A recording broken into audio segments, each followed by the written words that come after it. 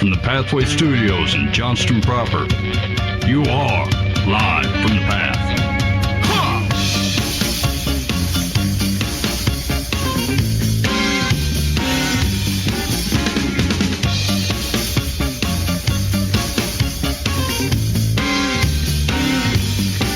I am a working man. I get things done. Work for the Holy Ghost. Work for the Son. I am a working man. And you're listening to Live from the Path. We're coming from the Pathway Studios here in Johnston proper. Oh, yeah. Whoa. I gave it a shot. It just felt wrong as it happened, but I really wanted to see what it felt. I make the intro noises around here. No, I wanted to try it out. It wasn't good, but like, I don't know. Yeah. I gave it a shot. Okay. All right, well, there you go. Here's what I got going on the show this evening. Thank you for the long sabbatical. You're welcome. Kick the tires, light the fires, Big Daddy. I don't know. That doesn't have to happen that way. It didn't, and I regret it. Drove past a place called Big Rapids today, and I asked my wife if she'd be willing to turn that into a call sign for me, and she said no. Like, she won't refer to you as Big Rapids. Hey, We were passing a place called Grand Rapids, and then 20 miles later, we're at Big Rapids, and I was like, they used to call me that in high school. Roger that, Big Rapids. And she goes, what? I'm like, can that be my call sign from now on? She goes, no. I'm like, all right, fine. that's too bad. That's boss. Right. I thought it'd be cool to be like, 10-4 Big Rapids. Nope, didn't happen. I don't know. I might be willing to pick that up. Yes. Yep. Yes. Okay. So on the show this evening, one, Boova has a question. Ask the pastors about, what is it, Job? Job. Okay, what's the premise? What's the question? What the heck, man?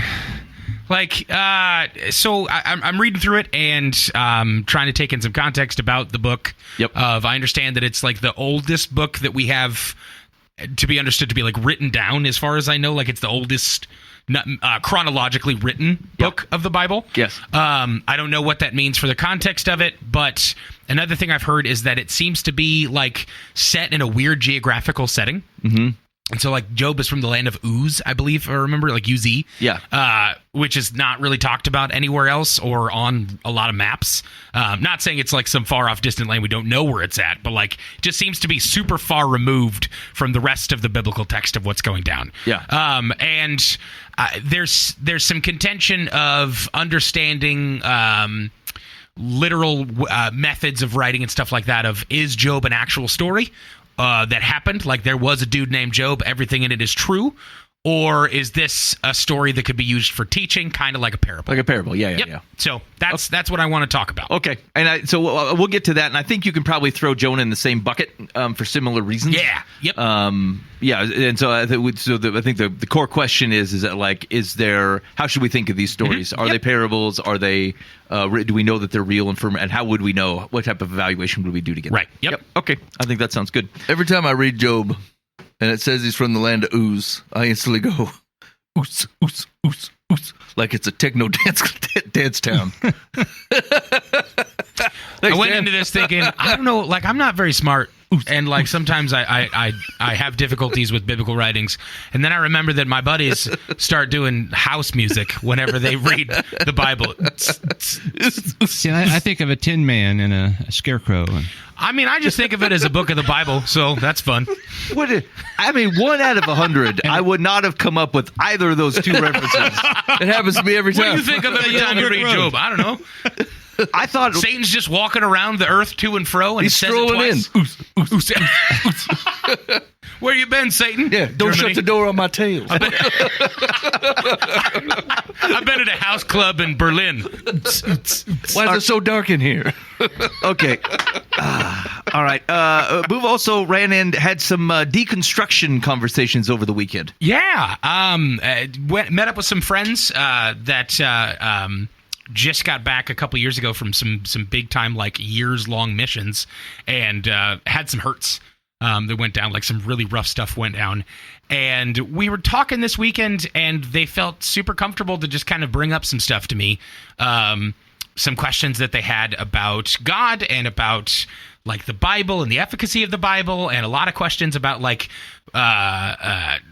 do I believe what I believed before I went over there? No, kind of conversations. And some that it was interesting that, like, their hearts are good and I know them well enough to know that like they're really struggling with some good stuff and trying to find Jesus. Yep. And it was very important for me to keep that grounding in it. And it was a really good conversation that ended up great. And I think I ended up like Holy Spirit talking for 20 minutes because I don't remember any of it. And that's usually how that goes down. But it was really good conversations, and I was thankful that it happened. And I'm very thankful that the Lord has had me doing some of the stuff that I've been doing over the last couple of months to be able to be in the place that I could have those kind of conversations. So it was a blessing to me. It helped keep me grounded with a couple of things that I also wrestle with. And it was a really good conversation.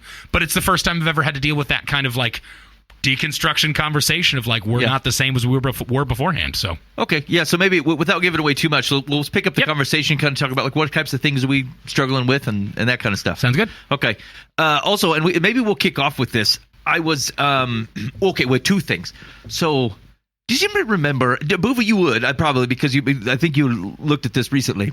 There's a spot where like Saul ends up like naked. Prophesying. You guys, do you recall this story, Dan? Does this jump any bells? It's from 1 Samuel. Here, I'll just read the tail end of it, okay? I don't want to listen to this smut. So Saul, he was a tall man. Saul's trying to kill David. He escapes. Saul goes to his daughter, who David was married to, and is like, "Where'd he go?" And she's like, "He deceived me. He didn't. No. She told him to flee." But she's trying not to catch the wrath of her dad. Okay, so it says. Yeah. So David fled and escaped and went to Samuel at Ramah and told him everything Saul had done to him. And then he and Samuel left and stayed at Naoth. And Saul finds out that he's Naoth and Ramah, and he sends agents to go find David. However, when they saw the group of prophets prophesying with Samuel leading them, the Spirit of God came on Saul's agents, and they also started prophesying. So, like, they find him. There's a bunch. Now here's the thing. Whatever box we've tried to put, like, prophesying into modern day, the vision here is just dudes who are like doing the most wacky version of prophesying that you can think of. Like this, that is the vibe that we're getting here. Like they're doing it. These guys come across them, and then they start doing it. It's like a flu that they caught. Yes. Yeah, exactly. So, I mean, I'm just saying, so like as much people you think that's crazy what these guys are doing. I mean, there's some context to where they might be getting it. It happens. Okay, then Saul himself went to Ramah. He came to the large cistern and at Secu and asked, "Where are Samuel and David?" At Naoth and Ramah, someone said. I like this random someone. So he went to Naoth and Ramah. The Spirit of God also came on him, and as he walked along, he prophesied until he entered Naoth and Ramah. Saul then removed his clothes and also prophesied before Samuel. He collapsed and lay naked all that day and all that night. That is why they say, is Saul also among the prophets? So legit, as we're talking about this, before I even think about it, really, is naked the same thing here, like in the buff completely, or is that like a cultural thing where they were probably in their skivvies, or is there not a difference between that possibly? Like, I don't know. I think they only ran one cloak. One and done. I mean, Hello world. Naked, arome. Yeah, it is, well, bare. It translates as mostly naked or bare. I mean, it's not really that important, but I just figured for context, does this mean dudes run around as chonies? Or does that mean like he's just one cloak, two cloaking it? No, it could be, it said, the Strong's definition says nude, either partially or totally. So, yeah, I mean, whatever. Doesn't matter. Just figured I'd ask. Yeah. Chonies. Yeah, I know that when I get ramped up preaching, there have been times I just start shedding the clothes. Yeah. And then I curl up in a ball. Wow, chony. Yeah. Okay. People leave, but I mean, I don't want to be here for this prophesying. Here's what I'm going to tell you. If you fellas going to prophesy in the prayer room, you put up a sign for the next guy coming in. Knock real loud. Now, in our modern context, like we would take it like the opposite way. If back in the day, if you walked up and you saw a naked dude, you're like, this is some next level prophesying. I'm going in. Yeah. Right? But if you did it today, they'd be like, this is some not level prophesying. I'm going the opposite direction. This is weird stuff. Yeah. That dude is chonies. That's going to get you on the sex offender list. So this story caught me for three reasons. The first one is I was amazed that I did not remember it. Right. From having certainly come across this, certainly read through 1 Samuel, I thought, why did this one not stick? There's some weird stuff. It jumps out at a man. I also thought it's also like an interesting story to include in these parts of Samuel, because like this is Saul's decline, totally. Yes. Yeah. But then you're like, even so, when he walks in the presence of Samuel and God's prophets, who are like doing something that isn't just like a show word for praying intently. Like there's something going on here that like there's crowds of people doing all at the same time. That a demonstration of like he got mostly bare in the efforts did not seem to surprise anybody. They just go, oh, he must also be a prophet. Which was but that was the third thing. Then is I looked at it and I thought, it's interesting in the terms of not putting a spirit in the box, but trying to be prudent with the word of God. Like it was just interesting to me to catch the vibe here of like dudes hanging around prophesying, and like that God still allowed Saul to participate in that, even in his decline, right?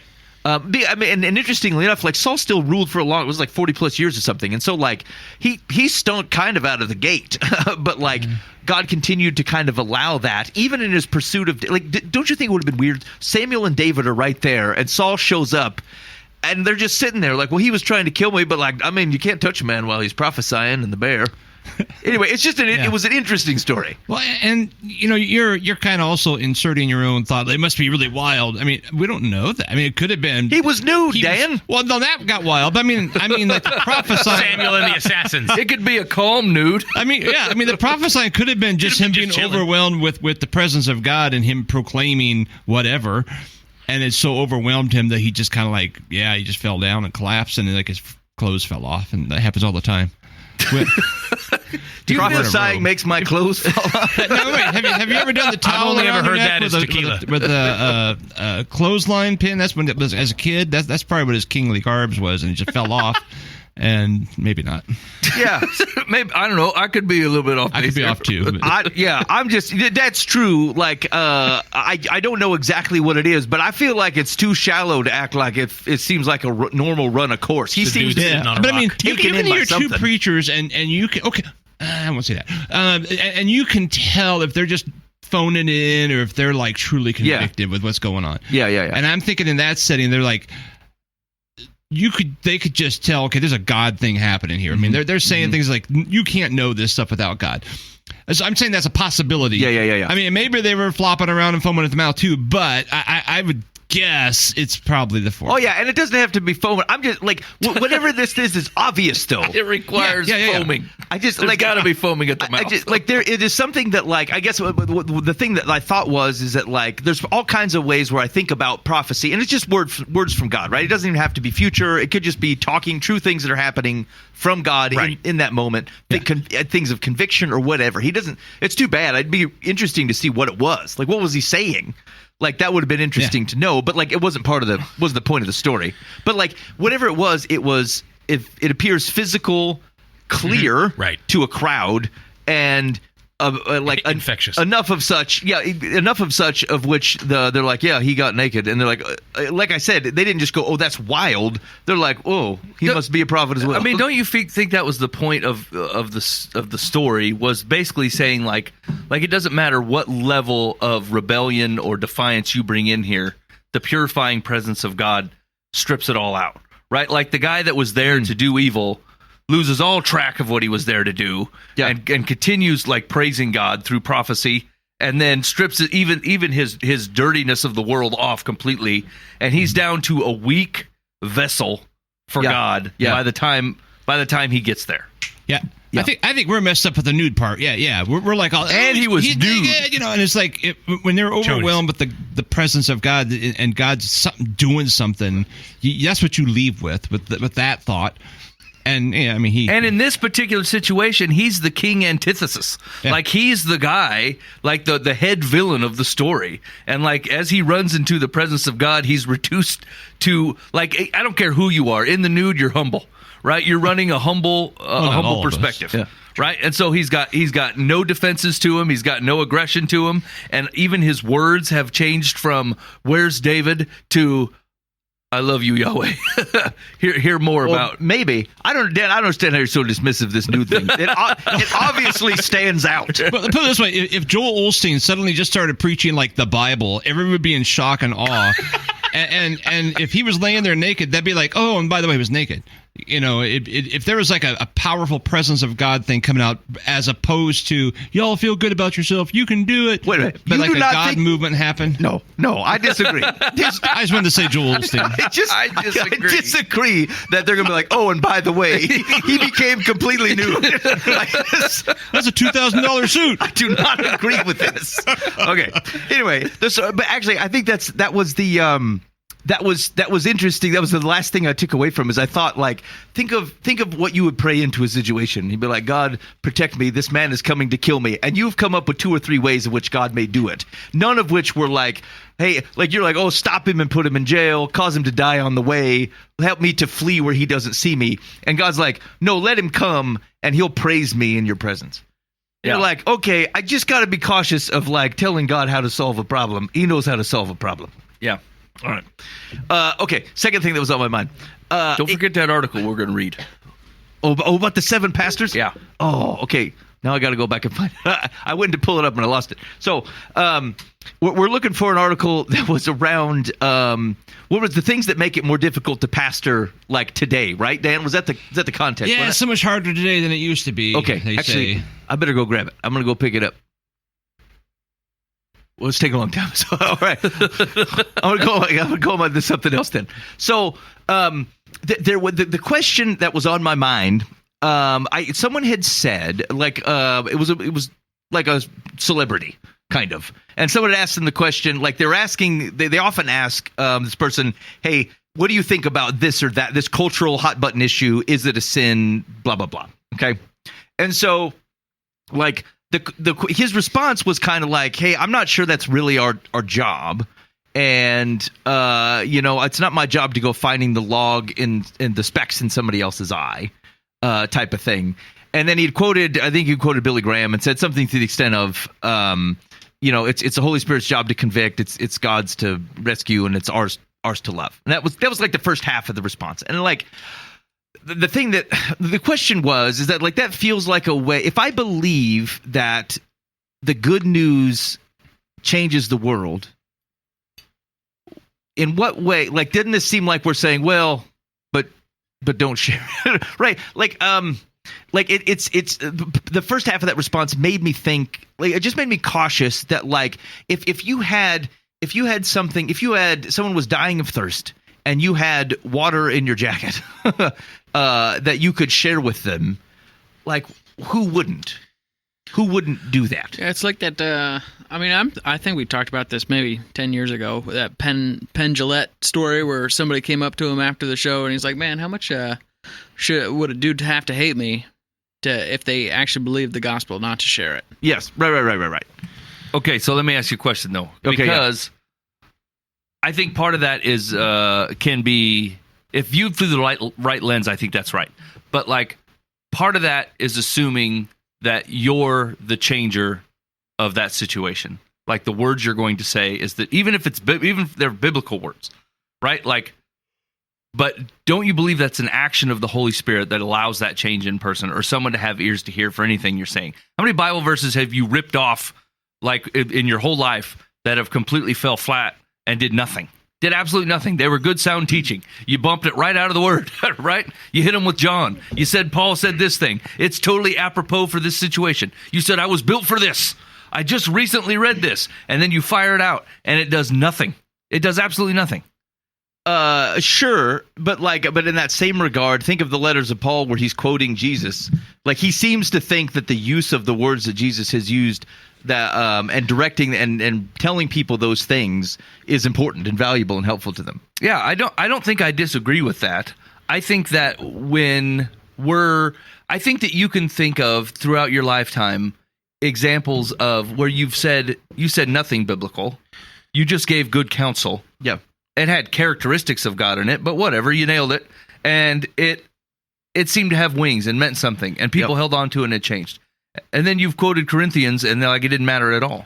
So like, it's slightly, I hear what you're saying, and I'm not trying to downgrade, obviously, that we're going to say the things that Jesus said, right? But like, I think there is a little bit of a misstep that you think that you're going to plan this thing out, or that there's a way that you're going to do this thing that's going to have a success to it. as if you're the person that will make the difference. And in those Paul situations like that, those are letters being written to churches that he was a part of planting and teaching. Yep. And most of the time he sent them with people. Yep. Like, hey, I'm also sending these to you to be around you and encourage you, right? Like, it was a much more personal thing than a national article or podcast or whatever being sent out to the masses, right?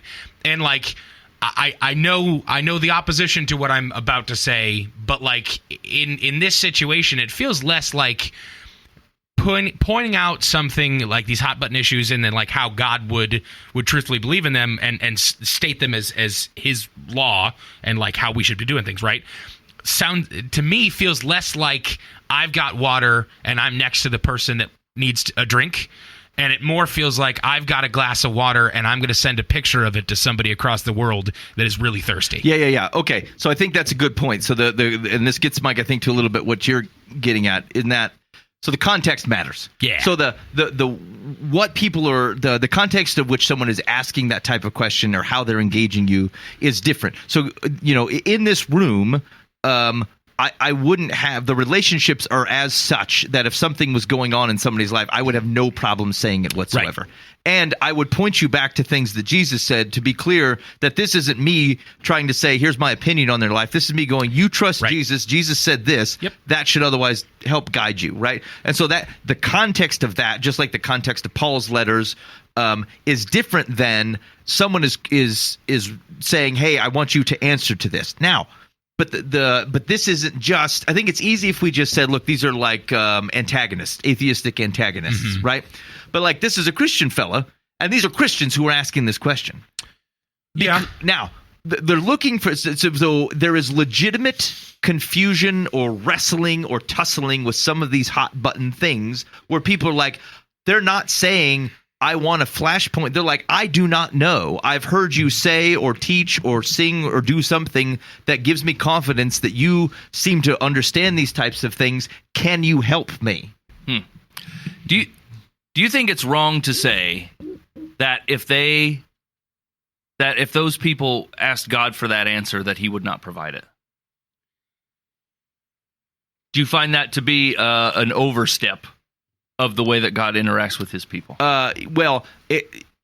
No, I think God will provide it, but interestingly enough, like 99.99% of the time, he uses other people to answer. He's waiting for you. Right. Yeah. I don't think I disagree with that. I think that like my general thought is like, because I would think the same thing, right? Like I find like a pastor that I enjoy listening to or a worship band that I think sticks to what is good, and I'm like, it'd be super interesting to hear their take on this because they seem like they kind of understand it, But I think it also becomes a crutch similar to a pastor, right? Where people stop running things through cursory Bible reading and prayer, and then go, well, they'll give me the hot takes, like they've walked down this road before. I'll just get it from another guy, because like how God works. He doesn't give you the thing in the time that you wanted it. He doesn't give you the thing in the situation you thought you were going to use it in, right? Like he tempers the information that he gives you and when he wants you to use it, and you're like, you will instantly go, well, maybe I can do this outside of his. I'll just take good counsel with somebody else, which is okay. That's all right and good. But I think the question is like, did you ask God first? I guess that's what I'm asking. Like, did you go to the source first? And is he using other people to answer that question that you gave him? Or did you go, there's no reason to ask him. I'll just ask Chris Llewellyn. He'll hit me up. He'll tell me the deal. That's where I think that maybe that might be a mistake. Here, I think the danger of the entertainment industry, whether it's a musician or one of the rock star megachurch pastors or anybody, your success is determined on the size of the crowd or the number of whatever you sell. The popularity, number of voices or number of eyes on if you have a TV thing, the stuff. Yep. Yeah, TV thing, Dan, we're with you. and we have lost the edge in American church as we all want to be entertainers. I mean, even the small church dudes like, I got to become the big one, right? I would become the mega. And so we have turned our back in many ways on hitting the hot button issues because we don't want to be offensive. And as opposed to Jesus, who called people up and said, "Hey, here's the stuff. Now, why don't y'all leave if you can't take it?" He was the anti-crowd guy. People came anyway because truth is compelling, and a Messiah and a Savior who will forgive my sins. Man, I'll keep hanging on, but some people won't. And it's tough to lose those sales or those seats, butts in the seat for the church or clicks on the website or whatever they're looking for. And so we in many circles have shied away from really answering what Scripture says about things. I don't want to offend anybody. Yeah. So I mean, the question is it gets back to the context issue. Is that do I believe that the truth of Scripture is a salve? I do think that. But if I take a tube of salve and smack you in the face for it versus I put it on the wound, it's going to come across differently. Yeah. And so contextually, there's probably two things. They're like, who are we talking to here? What is the audience? What are they like? How are they going to take the thing in that we're saying? But conversely, I have nothing else to offer if I don't have the salve. Yeah. That Jesus, my worldly wisdom is nothing. You put salve on someone who believes in the salve, they're gonna put a wrapping around it and protect it. You put it on a dog, it's gonna lick it off. Yeah, right. Okay, so I get what you're saying. Okay, good. I'm just making sure you guys taking it in, Dan. That was a beautiful moment. Yeah. So yeah. Okay. I licked the salve. I am no longer healed. Mike's the kind of guy who do that. So what's interesting is, I suppose, is that if we were pressed with the same thing, because let's just say somebody came and said, "Life in the Path, will you tell us how to think about this particular thing?" I can't think of a situation where I wouldn't answer it. Yeah, because we don't care, though. Yeah, I mean, we care about the answer. We don't care if we have, we just lost 200,000 subscribers. Yeah, so here's the thing is, though, they care about that because it's assigned to people, right? That's why it's such a tough slog. And it's cash. I think it's more than that. I think that people, the reason, take the hot button issues that culture is dealing with at the moment. The reason anybody wants to continue to talk about them is because there's people that are trapped in it. Yeah. It doesn't matter what brand of sin someone is trapped in. As soon as you figure out the brand of sin that someone has lost their freedom to, now you're like, well, let's talk about that subject as a whole, as if there's some black and white or some gray to it. There's no gray to it, and there's no gray to it, right? What you're really trying to say is, I know this person who is a slave to this. Yeah. How do I even talk to this person? We're not talking about the thing. Everybody knows the thing. God has already said, no, that's not what's good for you. There's not freedom there. And then they got snared by it, and you're like, can you tell me your take on blah, blah, blah, blah, blah, blah, blah? Because you think that you might glean a little information to have a conversation with your friend Craig. That's what you really want to know. It's the people that are gray, and they're trying to make the sin out to be gray or have some levels to it, so maybe you can understand it better, and you can't. You got a people problem. Yeah, I think that's true. And so I would say there are situations where, in this context, presuming that if you're listening to the program and you're saying, hey, what does the Bible say on this thing? I think we should be able to, as Bible teachers, as people who love Jesus, who I think the truth is a salve, I think I would tell you that does not prescribe how you go about interacting with someone who is struggling with that thing or having a situation. Just because you have a true thing, it does not mean how you go, again, contextually, how you go about interacting with someone in regards to it. That is more kitchen table stuff. I think it's a miss to act like you can just chuck a Bible into someone's living room and go, see, I told you, you didn't meet Jesus there. And I think, again, when we're answering questions, I'm presuming, for example, there's a background that we agree on Jesus. We agree that Jesus is good and that I can find something he says and not have to redo the Sermon on the Mount for you to understand that Jesus says these things because he loves people. But that doesn't mean that's the context to which you're entering in. And so I don't want people to get a half bit of good news simply because I was too lazy to do relational work and background understanding of who Jesus is and what he's after. And so if you're using the answer to some sort of hot button thing so that you can convict somebody, then your heart is bad.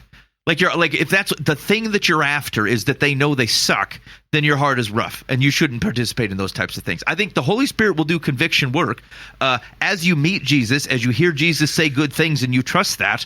The Holy Spirit will shake all that stuff up around in you, but it still is incumbent upon God's people to follow and treat His truth as salve. But like again, sometimes you can do less contextual work in the church than you have to do elsewhere. And I would say that it is your liability if you're going to talk about something that's hot button that is not, say, within the 5 guys in this room here. Then I probably have contextual work to do. And if you can't do that, then you shouldn't get yourself in the conversation.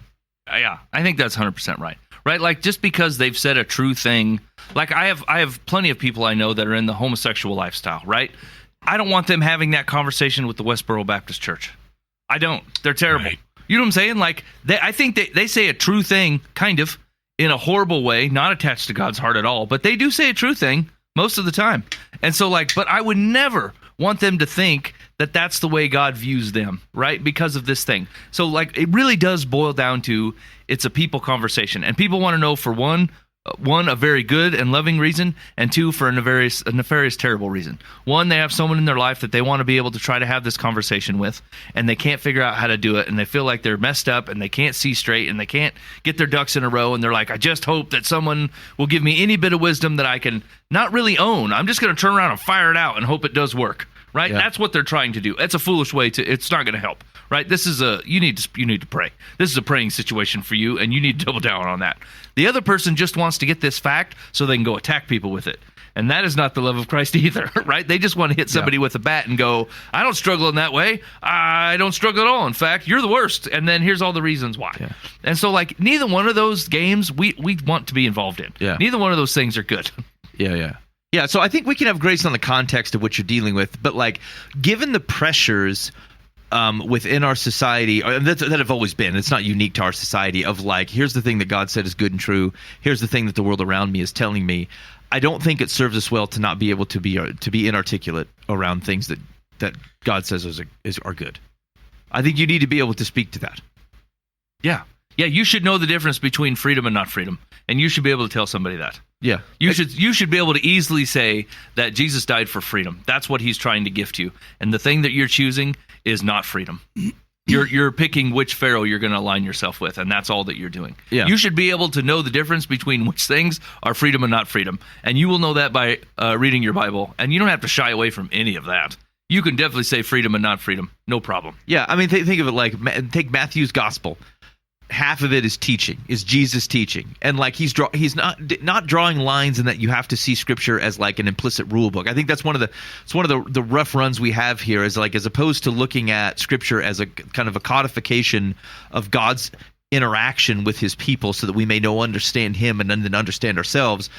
We start making things binary, that it's either a rule or in absence of something, there are no rules. That's looking at Scripture wrong. But 40% of, or half of, what Jesus is doing in Matthew is teaching. It's telling you how to see the world, the things that put you at risk, the things that lead to righteousness. And so to act like those things are not salve, I think misunderstands them. Yeah, and freedom generally comes with obedience. Right? Obedience is people think that obedience is akin to slavery. It is not.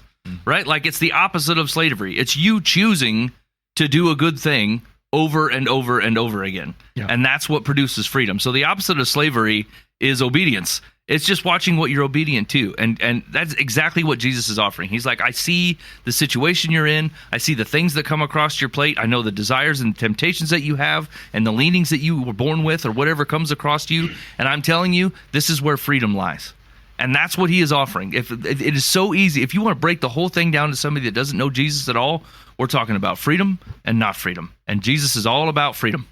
And He wants you to choose it through Him, because that's where ultimate freedom is coming from. That is the best way to start that conversation if you feel like you have to have one. Yeah. What are you pondering over there, Booba? A lot of stuff. Okay. A lot of stuff. It's interesting to me because I have probably misquoted and misunderstood and misrepresented the whole he without sin cast the first stone thing, right? Over and over again, I think to myself in these kind of conversations, I try and put myself in the place of what Jesus is telling me to do versus what the Jews at that time are doing, right? Like they see there's a problem. There's a legit issue where there's an adultering woman, right? And they know about this, and they know the laws that lead up to this. They know the covenants that God has set out and all these different things, and there are punishments for this stuff, right? Like this is problematic behavior. And in that, they go, okay, well, we know what we need to do. We are going to call this out and then enact punishment for it. And Jesus comes along and is essentially like, calls them out for them being, the ones who are just like, oh, you're willing to call out everyone else's sin, but not dealing with your own. He without the sin cast the first stone, and they all go, oh crap, drop the stone and then walk away. And then Jesus doesn't back down from the situation, goes, okay, well, they were right though. Like, I saved you from this situation because I want better for you, and this is what the kingdom looks like in actuality. But like, go and sin no more. Like, there's a problem with what you were doing. You need to stop doing that, right? And so I struggle with these kind of conversations in that light, because I think to myself, like, am I the person that's supposed to be calling out this kind of sin in that context, right? Like, if someone asked me on an Instagram live and I'm talking to 20,000 people, what do you think about homosexuality? There's an answer. There's an answer that I would want to give, but like, it's not freedom. But do I feel like in that situation, even though I do know the answer, would I want to call that out because yes, it's true, but am I actually gaining any ground for the kingdom by doing that? Or am I pushing people away because it's a statement that they're going to take and they're going to run with and go, oh, it's just another person that hates us. It's another person that's just representing that God has this rule book to follow and doesn't know me, doesn't love me, and things like that. If I were, like we've talked about kitchen table conversation, a friend comes up to me that I know, or even a person out on the street comes up to me that I don't know, but I can have community with after I give this kind of answer, I would feel much more comfortable giving that answer, because I know that, like, I have the opportunity to back this up with there is an answer to this that's black and white, yes, but let me tell you the context behind that and why it's something that's important. Like, let me represent a God that is much bigger than just the question that you're asking. Now, I think that is interesting, because I think gut sometimes we're like, well, yeah, I mean, are we dodging truth if we don't say the thing in front of 20,000 people? But like, I want to present you the thought that, like, Jesus often dodges this very situation. People are approaching him and they're saying, I want you to, they're trying to trap him. Yes. For the purposes of the crowd, to get people to get hosed off about the things he's doing. Because they will. And what he answers, he answers those things, but he answers them in a God's relationship to someone. Character of God stuff. Super subversive. Not sin question. And so, like, I think we do have to be super cautious of, like, hey, if the belief that says, look, any situation, if someone asks you a point blank question, you have to give a point blank answer, or you're dodging the gospel. Right. Because, like, and we talked about this a little bit, I think, prior to the show, is that so when Paul interacts with his context, when he's in that garden of the gods, and he doesn't mention Jesus at all. He takes their religious context and then points them to God using that contextual information. And you could go, well, Paul refused to say Christ crucified. He didn't even say the name of Jesus. He must suck. He's dodging the gospel. I mean, this is a guy who was willing to get beat up all over the place for it. And so, but the context was different. And so, like, I actually think it is immature to say, I don't care what your context is, you answer this question in this way. It's not wise. It lacks wisdom to say that. It's too childish an evaluation to me. Yeah, I think it's. Go ahead, Dan. I think at the same time, you have to be open to the leading of the Holy Spirit. Sometimes there may be the bold statement. Sometimes there isn't. I mean, I don't think you put a blanket rule. Right. Yeah, I mean, so sometimes you hose off the crowd in the auditorium and get beat up for it. I mean, yes. Sometimes you do, sometimes you don't. So you got to have some discernment, and hopefully you're in tune with the Holy Spirit's how He's leading, and let Him do His thing, because it's the Holy Spirit that convicts. It's not my great wisdom and ability to argue my point.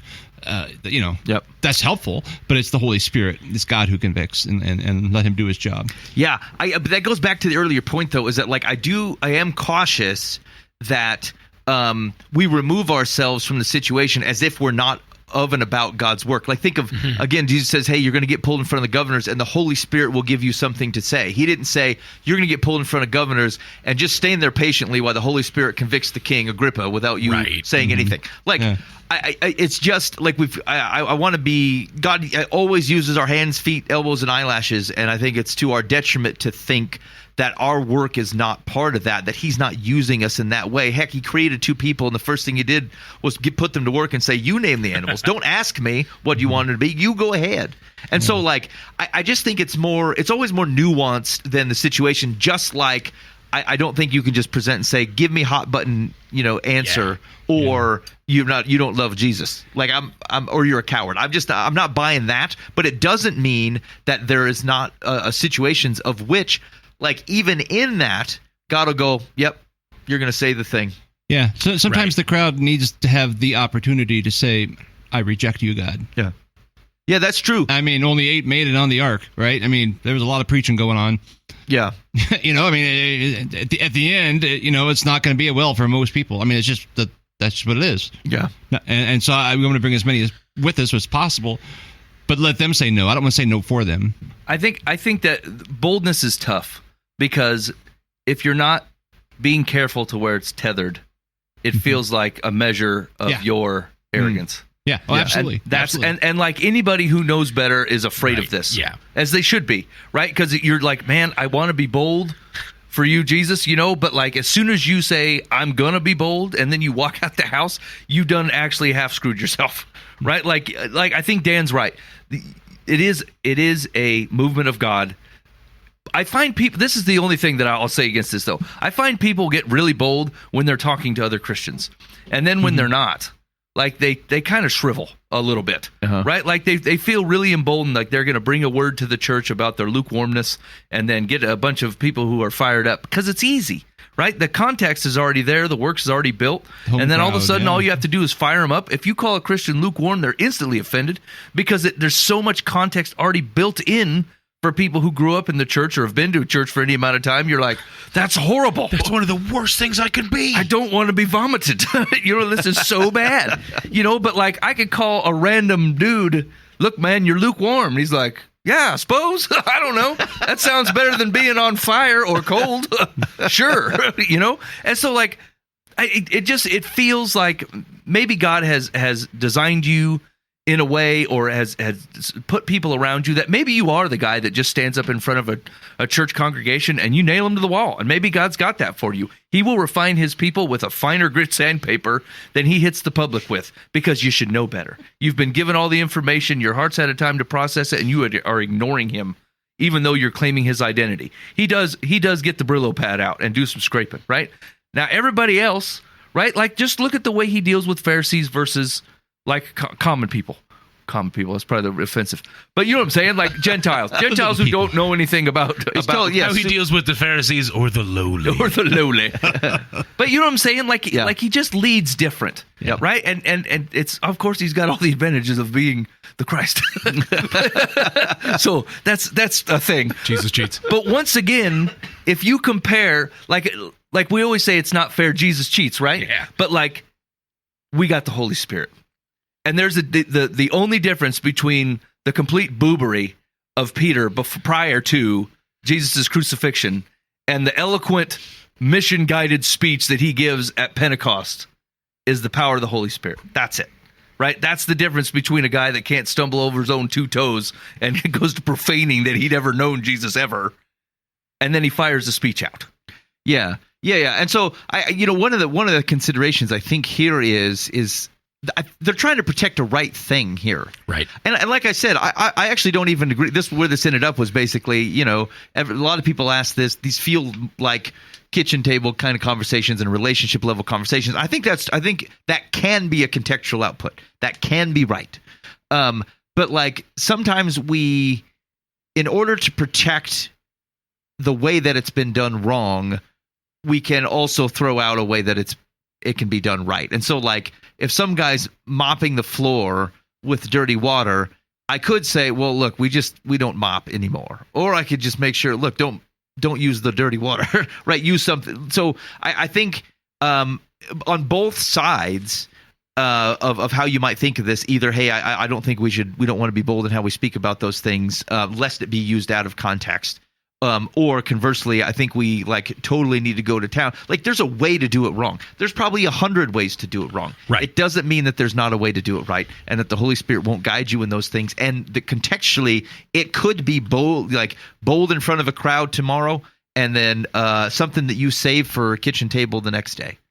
And so you should be thoughtful, prayerful, discerning, and then go for it. Yeah, it's almost like the whole situation of I can't call out somebody having a speck in their eye because I've got a log in mine. That isn't to say never call somebody out. Get the dang log out, and then go talk about specks. Yeah, actually people read that verse and go, well, I can never call anyone's speck out. Because they believe it's impossible the log will ever leave. You are totally discounting the entire thing that Jesus was talking about. You're like, I will never be able to tell anyone of their sin because this log will perpetually exist in mine. Get the log out. The log and then come out. Hey, buddy, I see a speck. I think actually Dan was talking about that. Dan, I cut one of your reels today. Oh, yeah. Yeah. So just talking about we get somehow comfortable with this thought that hey, sin just doesn't ever go away or stop. I sin all the time. It's crazy. Right. Jesus didn't mean to say you have a perpetual log in front of your eyes. It's just be humble and rightfully acknowledge that thing. And then you still go, hey, fella, you're going to trip over yourself. I feel like I just wanted to warn you because I love you. Okay. All right. Hey, maybe you got any thoughts on that? Just let us know. 515-517-0085. It's just, I think it's one of those things that we're talking about witnessing at work and all kinds of things where it feels like there's a tension. It's because we're always trying to protect against an excess, which is understandable. And there's a humility in that that's good. And I think we always end up around the same thing, which is, kind of depends on the situation. You probably should use your discernment and you should be praying. And then, I'm probably cautious on how that we're gracious with how God might be using some other people, because sometimes Paul pisses off the crowd, and sometimes he doesn't even say the name of Jesus so that the crowd will hear him correctly. We got to be open to both. The tension isn't on whether or not people like us. It's the tension is whether or not they've received the message. Right. Yes. That's our heart in all of that. Yes, that's right. I hope for all churches. For all Christians out there. Yes, that's right. As a matter of fact, I was thinking about that when we were having the conversation, is that I'm pretty sure that if God said, Ben, I need you to go say this thing that is just going to hose off 10,000 people, if I thought that's what God was about, I don't care. I'm glad to say it because God said that's the thing. It's a true thing. He goes, go forth. But I think the problem in the boldness, I think, Mike, to your point, is is this the thing that I'm? Is there any of me in here? Am I walking humbly? Actually, that was one of the things, the responses that the fellow had gave, which is right. Are you walking humbly with God? Right. Part of, am I? Do I? This is a Facebook problem. It's a Twitter problem, which were people I want to be the guy who calls a sin a sin. This is about you. Right. Boldness for your glory. Yeah. Now, you could have a humble guy who's walking with Jesus, and Jesus is having to do this kind of thing because his heart's in the right place, and to some effect. It's a completely different situation. Tweet may be the exact same tweet, right? But it's a humility problem when when you feel like you became the world's Holy Spirit and the world's King and Conqueror, and you're doing it because you want someone to grind, not because you're looking for the rescue. Because Jesus' purpose of these things is to call you into goodness and freedom. If that's not your heart, you need to stay out of the conversation. Yeah, you're not going to beat God to the punch of calling a sin a sin. He already did that. Yeah, he already nailed it. And if that's any comfort for you, I know you folks are struggling with some of these rougher conversations. The conversations indeed will take Holy Spirit and they will take some humility on your part. But the situation, it's black and white. God already called it. He already called what was freedom and what wasn't. And you already know the answer to that. So you can stop struggling with that right now. It's not a conversation for you to be worried about. There's not a nuance you're missing. God already nailed it. He called freedom, freedom. He called sin, sin. And so, be done with that and look at your stuff in the context where you're I'm struggling with this because the people attached to it. That's the part that I'm struggling with. And I can't do this on my own. I need help. Yeah, which is totally right. Which is right. To Dan's point, if you're looking at, we want people to hear the message of Jesus, and we don't want our, some sort of ambition in the message to obscure the thing that God is saying. And so, walk humbly and do the things that God has asked you to do. Yeah, but to buffer the last point again is you have to believe that the things that God calls us good are a salve to a wounded world.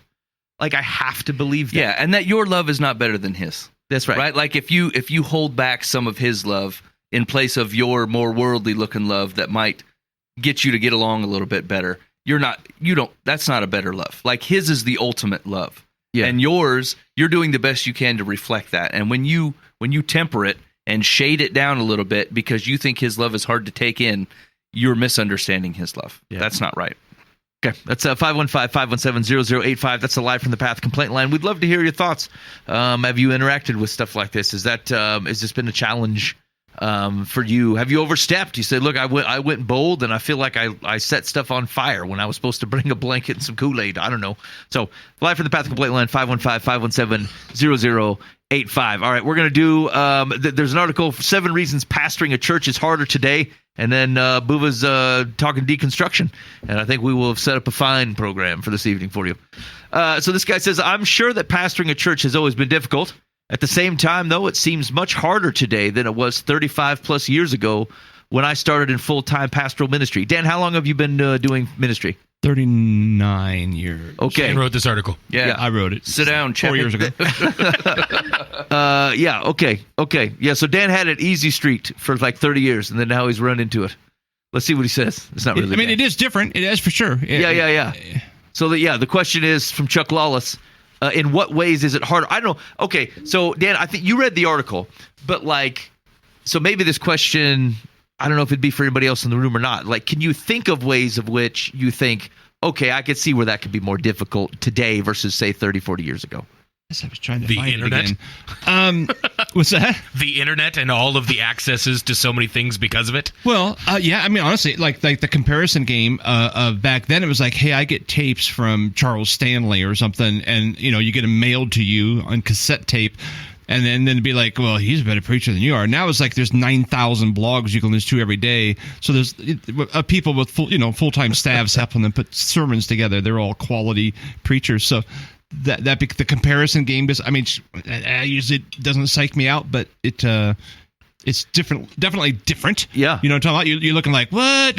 Yeah. No, I have no clue who Charles Stanley is, and he just died recently. But for the sake of giving the context here, for some reason I thought you were saying Charles Stanley was where you got like nudie tapes from. And like you ordered, What? Like only when I he thought you were saying prophesizes. in the context of like internet and like access to things. The comparison game.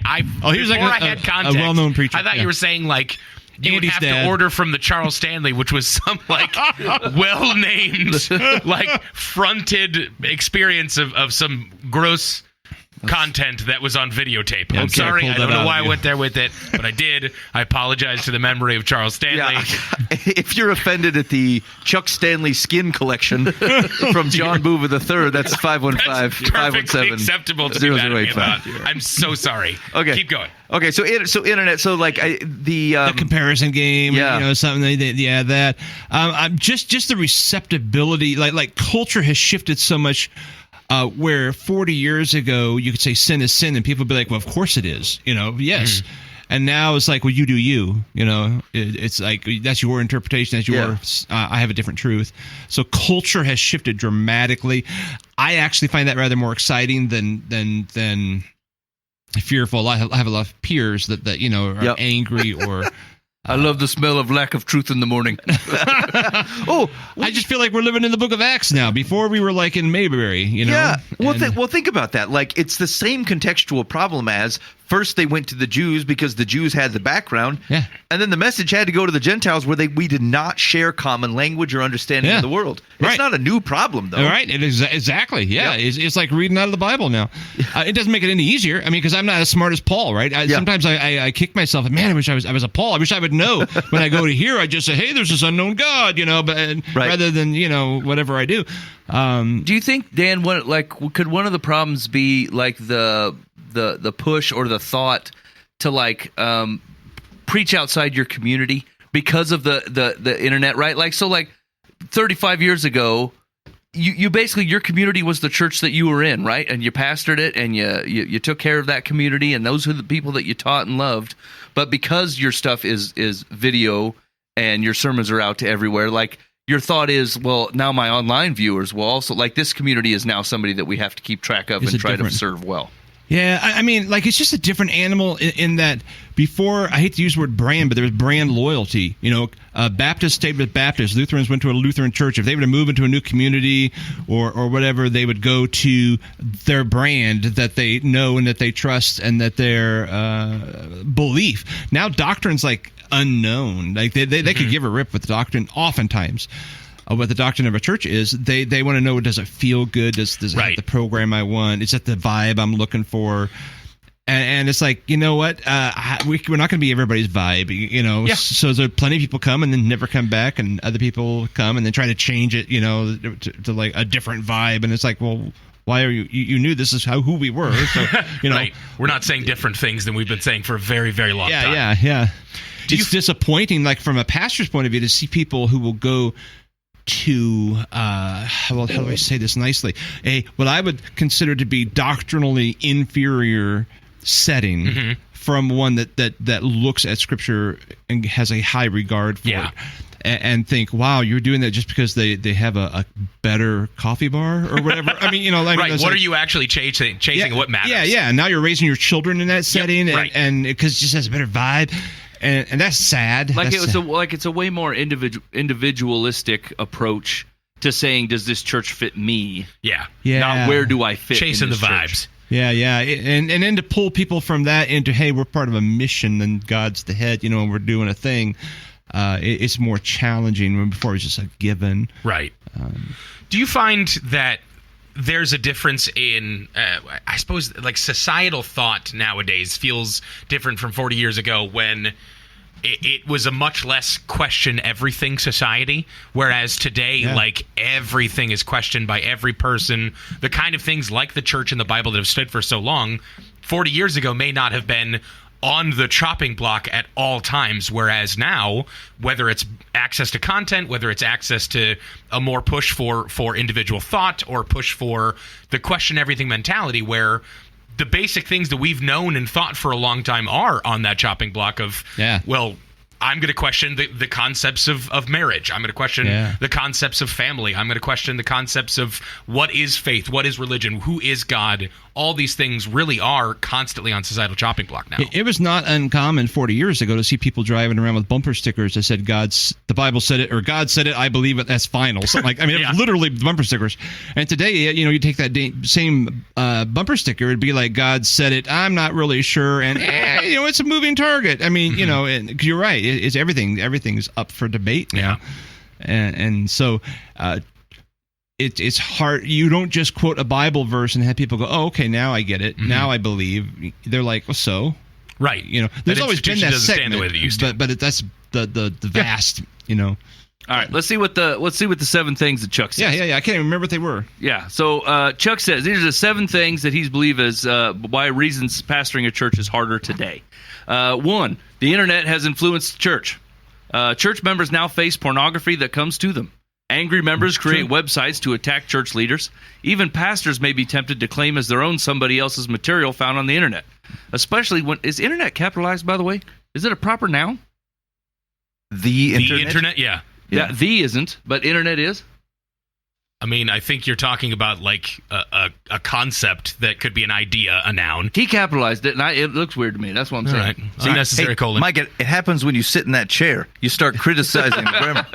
Internet unnecessary capitalization. Anyway, people are claiming their own material found on the net, especially when church members now compare our preaching to heroes they listen to on the World Wide Web. So to Dan's point, very much so. I guess I didn't think about people's access to what we would consider evil, right? Like, like before we kept it in dens of iniquity. You know what I'm saying? Like, right. If you're going to do something on the grayer side of life, you'd have to go to a place where grayer sides. You do that behind the temple, right? Dad's magazines are over there on that top shelf. You can't reach. Instead of getting it from Chuck Stanley. I wasn't going to say it. I'm sorry. I'm so sorry. Again to the memory. I'm so sorry. Right. You had to have a third vehicle, and that's when you used to go to the nudie store. Right. You didn't take your own car. Right. Unless people see it. Not to take a quick diversion, but I can't believe people are still going to this adult bookstore. You know what I'm saying? Like, it seems to me this stuff is free on Every the time internet. I drive by, I look over and said, man, there's a car. I mean, it's just parked right in front facing the road. Yeah, it's just like...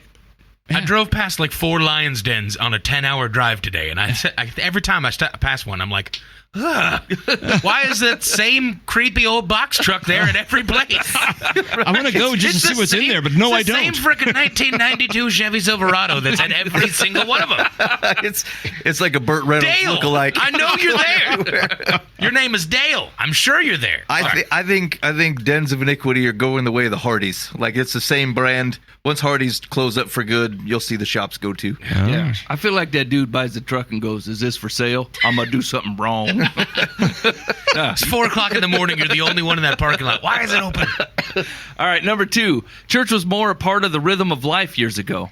Surely many people in our community that weren't church attenders. At the same time, though, many other folks just knew they were going to church because that's what their family did. They were at least present to hear the word. Mm-hmm. So, now wait a minute. Is that a good change? Like, if people are like, I don't even believe, my family just goes, so I go. Like, did we just shift where people were sitting? Like, did it matter that they went and were exposed to the word anyway? I mean, you probably caught more because they were at least there, being, having the gospel right there in front of them, and as opposed to now that it's not, So, I mean, is it any different between having a captive audience that didn't have a choice to be there, right? Which is a lot of people's tales, like, as their kids, especially when you bring your kids to a church and don't reflect those beliefs at home, then it just feels like you're getting barked at. So you grew up a captive audience of a gospel you didn't care about, and it didn't have any legs, or you didn't go at all, right? Like, and that would be the flip problem. Like, do we feel like that weighs itself out, that it's a net positive or a net negative? Yeah, I don't. Maybe this is a wrong example, but it made me think of the transition of the church in the time of Constantine.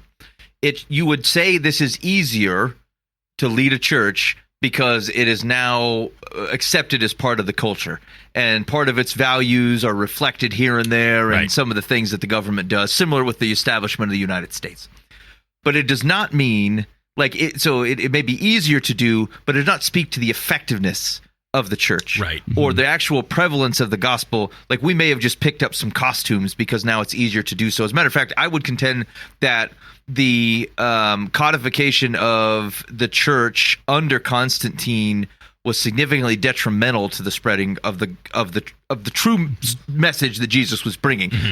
The shadings of it, the fact that more people would be able to tell you, "Hey, I recognize that from the Bible," or "Here's what sin is," and all the things. Like, they could pass the quiz, right? But they didn't recognize that they actually needed a savior, and so because I said the people who are in are more in. Yeah, I mean. Yeah, and that's here true because they really want to be, and that's true in, like, underground churches in China and parts of Iran, right? And, like, again, it's not like you have to be constantly harassed by the culture to be in right relationship with Jesus, but, like, what feels easier is like, even from a pastoral perspective, or even from, like, a church or cultural perspective, does not imply that's actually to our benefit. It could implicitly be a detriment.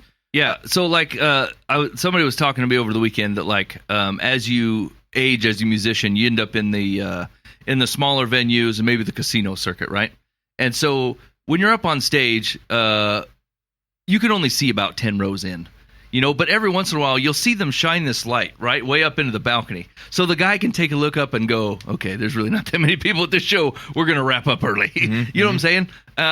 It's kind of like that. It feels like that to me, that we might have been 35 years ago looking at the first 10 rows going, "We're nailing it. We got so many people." And then all we've done is just shine a light on the top row and go, there's not as many people here as you thought. It was a revealing more than it was a cutting. Yeah. Think of it this way: like, there's an honesty to the fact that any person could just go pick up pornography from the web. You know what I'm saying? Like the social protection of making it hard to do didn't mean that they weren't lusting in their heart after things. They're just their ability to act on it. That's a revealing, and it's hard to say it this way, right? But there's almost a thankfulness to it that says, like, we might as well have the thing out in the open. In fact, as society normalizes it, great. Now we know what we're dealing with here, as opposed to the things that people were trying to do in the shadows. Because the question is the constraints of societal shame really that effective at hiding the perversions in the heart? And the answer is no. You just become more strategic about how obvious you are about it. Mm-hmm. Yeah, you can, and that can reveal itself in smoking. Like, "Hey, man, let's put a warning on this package." I don't care. Hey, man, those are going to be $10 a pack. That's not a problem. Hey, man, we're going to shoot arrows at you. And then put a picture of you and be like, this guy's a smoker. You're like, I guess I'll pose for the photo. Can I smoke in it? Right? I mean, there is no amount of warnings or lawsuits or whatever that people are like, I got to cut this out. True. Like these, have you guys seen these signs in the gas stations that like RJ Reynolds was like, they're big and they'll say up at the Casey's, or other gas stations, there's a sign that says RJ Reynolds is mandated by the courts to tell you that cigarettes kill people. Or it's like something like that. Like it's super ridiculous and obvious, and it has no impact on cigarette sales whatsoever. No. They're like, man, I knew that. I'll take Not 2 me. packs of bacon. Never heard such a thing. Let me get another pack of Cowboy Killers, please. Okay, number 3. Quotes the Bible says no longer means much. I can remember when few people openly questioned the authority of the word, even if they didn't always follow it. Yeah. Now we often have to first explain why we believe the word at all. Yeah, I don't know if that's harder, but it's definitely true. Yeah. I mean, I like the fact that it's not a given, because then you get to maybe teach more, explain more. I actually think it's pretty substantive to be able to talk about like why do you even think that's true? Because frankly, for me to be able to substantiate that I believe this thing is true, I get to talk about personal experiences that validate the presence of Jesus, historical things that otherwise, I trust this set of books better than I trust Aristotle, or what you represent as Aristotle's words, right? Like, it's actually brings in a well-rounded conversation that if I just said, yeah, totally, I preach Christ crucified, like, okay. Yeah. Yeah, I can't have so many people. Like, they come up to me and they're like, well, how do we even know the Bible's true? I'm like, what hole of the internet you been in lately? And they're instantly like on guard, because they're like, internet wisdom is good wisdom. I'm like, you wouldn't say like that because you know better. You know that you've been watching like a shady dude that put his YouTube channel as the Bible can't be trusted with Jerry. And then all of a sudden I'm like, or like kids, like they always do this. They're like, well, that word doesn't mean what you think it means. I go, okay, I'm going to tell you right now. You've done enough Greek research on that one word to tell me how the translation went. And once again, what hole of the internet you've been in lately? Just tell me where the guy is so I can go listen to him say it. So I don't have to listen to you regurgitate it like poorly. Just imagining an opening of, this week on The Bible Isn't What You Think It Is with Jerry. I'm Jerry. Let's talk. It's like, hey, Jerry Bear, let's hear what you got to say. And I want you to know the Bible isn't what you think it is. Wow, killer opening. This is so much different than last week. The scrolls that they found him in were actually alive. It's the Alive Sea Scrolls, but they didn't tell you that, did they? Yeah. Okay, I've been saying dead this whole time. That was an incorrect understanding. Number 4, the world has come to us via travel and the internet. Capitalized again. That's a good thing in the sense that we can now take the gospel to the world by crossing the street or hitting the send button. On the other hand, meeting and knowing good people who follow other faiths have caused many church members to question the exclusivity of the gospel. Once again, here's the thing: is I think this particular problem comes from believing that you were charged to talk to masses all the time. Like, you've almost given up on your personal relationships to go after bigger fish. Like, why would I sit down and talk to we'll say Jerry is a big troublemaker, but he's struggling with his faith again, even after he's put up the website, and he's come up to me for the 8th time in 6 years. Mike, I just really want to know more about the gospel. I'm like, ugh. Can't I just Instagram live like Buva does and hit up 20,000 people at once, except for slogging it out for 8 years with Jerry, who's still running the website? And you basically give up on Jerry. You're like, I'm done. Having every sit down and going to coffee and like taking your phone call at 1:30 at night. Can't I just tell 500 people a truth at once and not have to deal with your relentless crap? And because we've done that, then like you're always trying to preach a gospel that like you have a very hard time connecting with somebody about. I think that's the downside to way that we've looked at like internet leading churches or preaching to people or trying to tell the gospel to a lot of people at once. You got zero control over who they are, where they're at, what they're listening to, what's going on in their life, and you're trying to relate with them like you're sitting in a booth at Perkins, and it's just not the same. Yeah, I'm gonna tell you a story. So I live on I don't know, out of the city.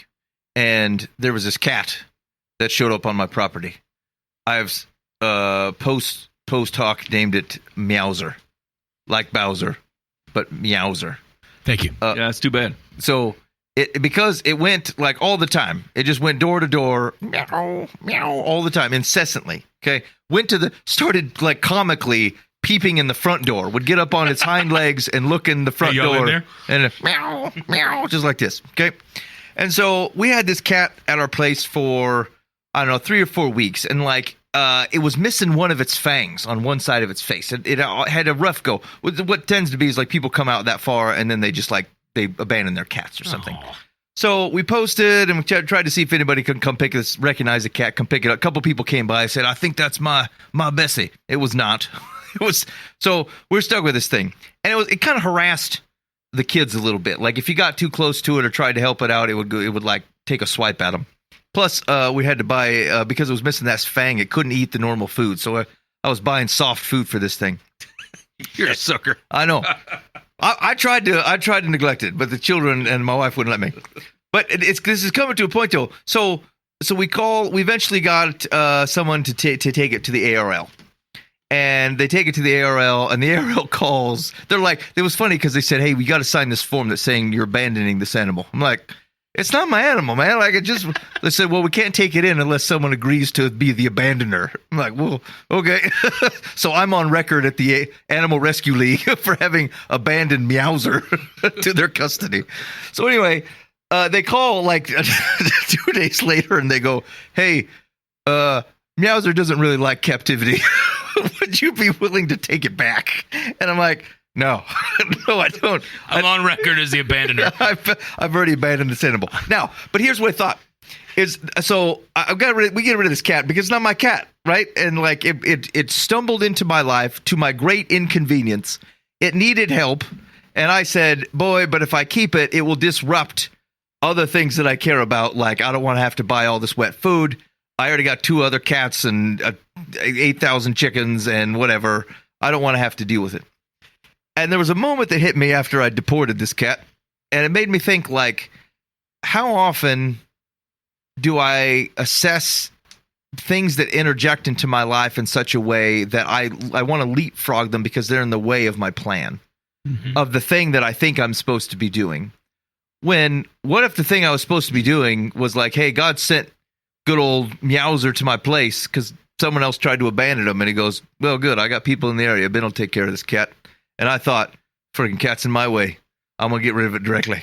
Okay. And so what I thought about that, thinking about the people of Jesus, and Mike, this relates to your point because, like, we don't want to deal with Jerry.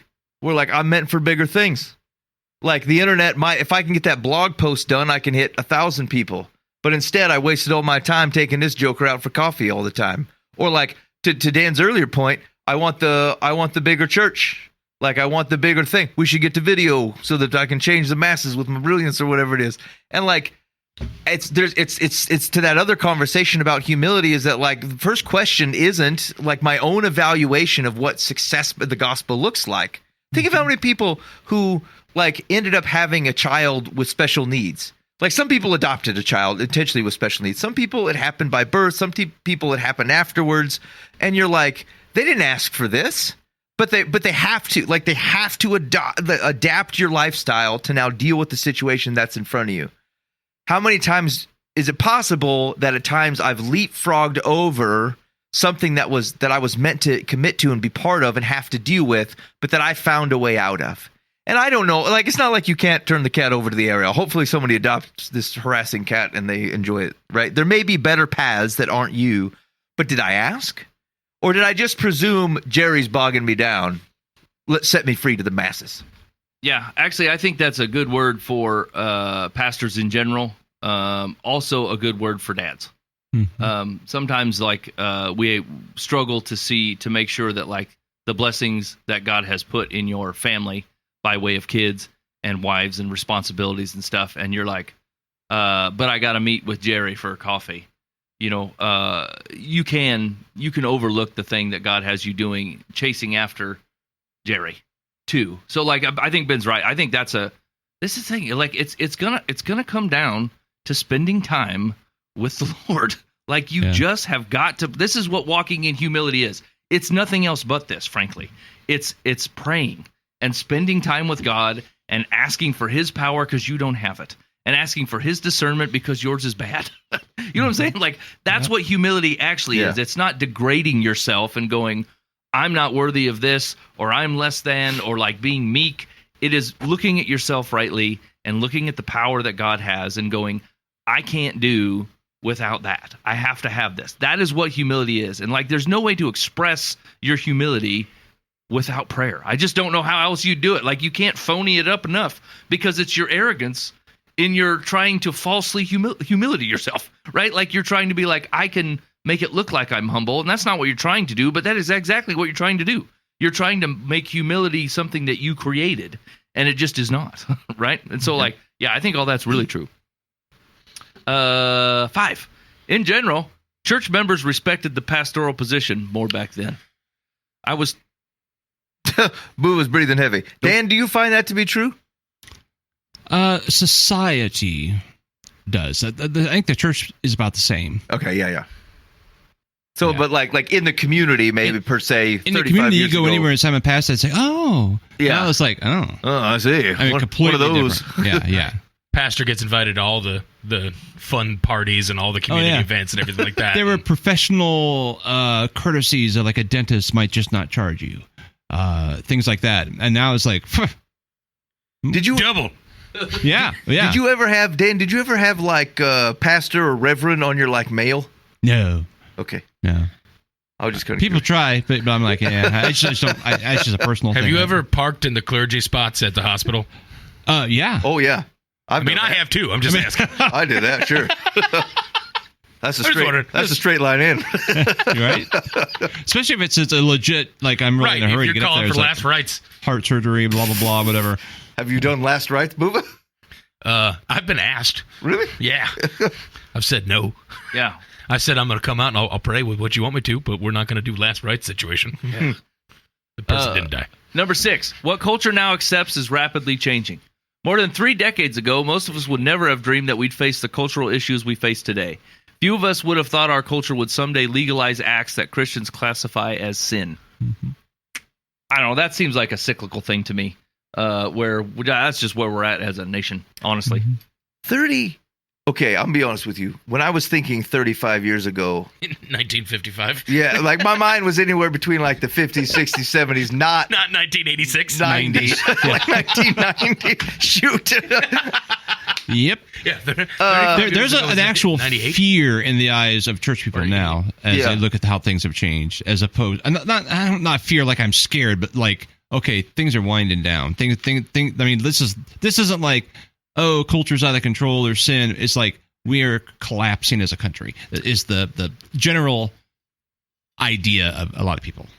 Yeah, so I think that those are two distinct thoughts, I think. Like American culture, yes, we're in a rough spot. We don't have shared values in a way that we might have when we were founded and throughout our infancy. I think that shine is probably starting to wear off a little bit. Now, as far as the people of God are concerned, I think we might have just been a little bit naive. I think all of this stuff. We lived in a bubble. That's right. We're like, everything looks totally fine. Look at all this new stuff that is now willing to come out into the light. And like, you should instantly think, I've been ignoring the dark. Yeah. None of our team lived in Portland. Yeah. We all bailed. Now we have people there to go, oh yeah, it's been like that. Oh, well, shoot. Yeah. Like the difference between, like, as far as God's people are concerned, a heroin addict who's shooting up inside of an abandoned building or doing it on my stoop. You know what I'm saying? Either some one heroin addict. That's all that happened, right? Where they doing it and how they're doing it and whether the culture accepts it or not shouldn't have changed the way that I looked at it at all. In fact, I'd almost like the revealing that goes, man, we've really been missing out. What were we thinking? We didn't even think to go to the abandoned buildings. Conviction. Let's hit. Yeah, we should check it out. Yeah. There are people in there? Yeah. No one can live this way. The Lord loves central heating. Let's see. And the last one, number 7. We're reaping the results of decades of poor discipleship. Discipleship wasn't strong back then either, but we've now laid on top of that weak foundation 30 more years of poorly grounding believers.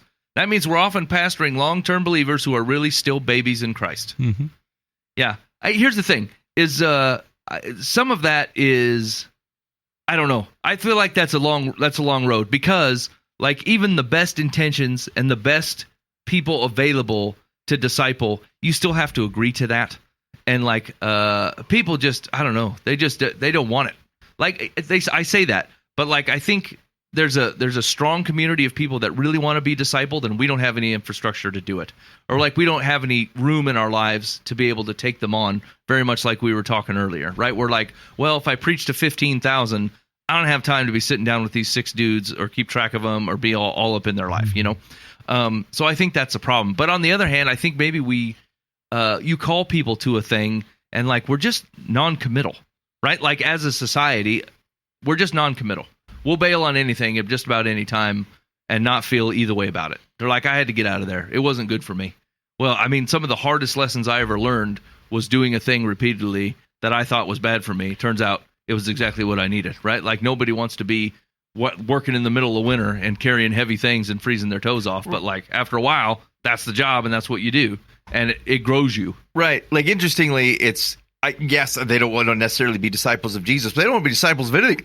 Yeah. Like we don't want to commit to hard things. We don't want to commit to consistent things as a society. Like we're keeping our options open. we're open to new ideas and thoughts.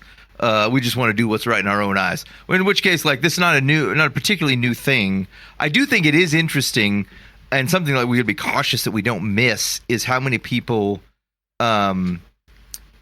like thirst for like understanding their religion better, and they like really don't. Like I continue to be surprised at folks, like people that are my age, 10 years older than me, 20 years older than me, and like things that have felt this is like that I would seem like old hat to me are surprising people.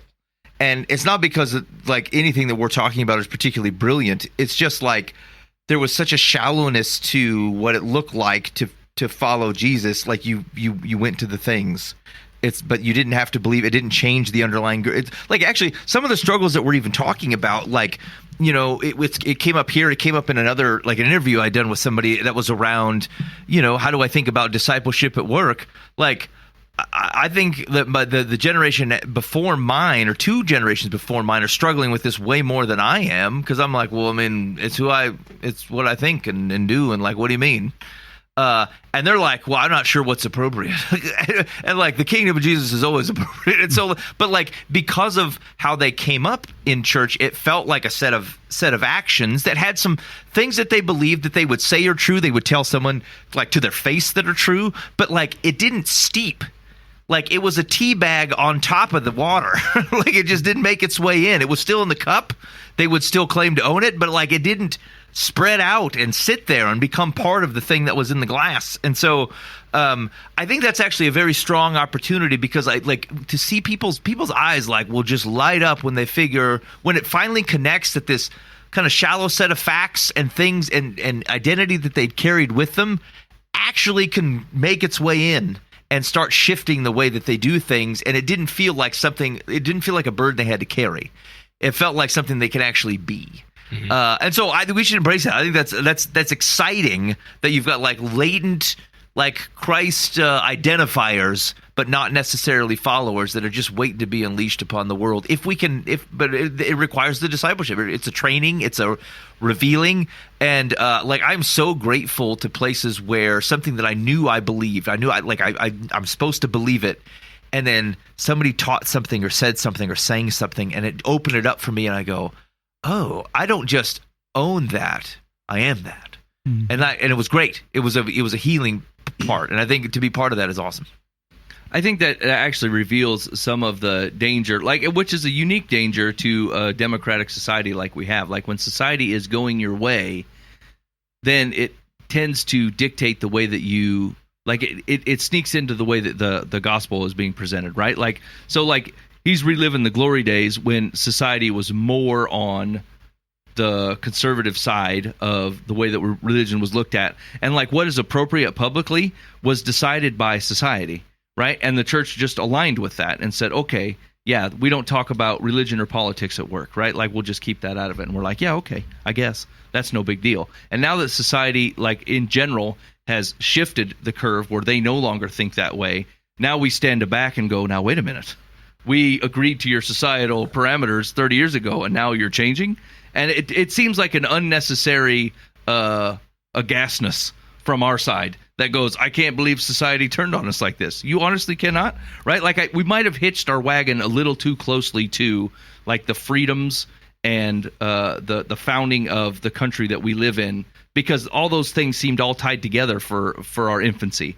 And then as we started to mature and realize that like, I don't know that we can trust this entire foundation for so long. I think it's the God foundation we better stick with, because this one seems to be testy and moves in waves and circles, and like it just doesn't seem to follow like the pattern that we'd want. Yeah, Jesus was the Juncos, man.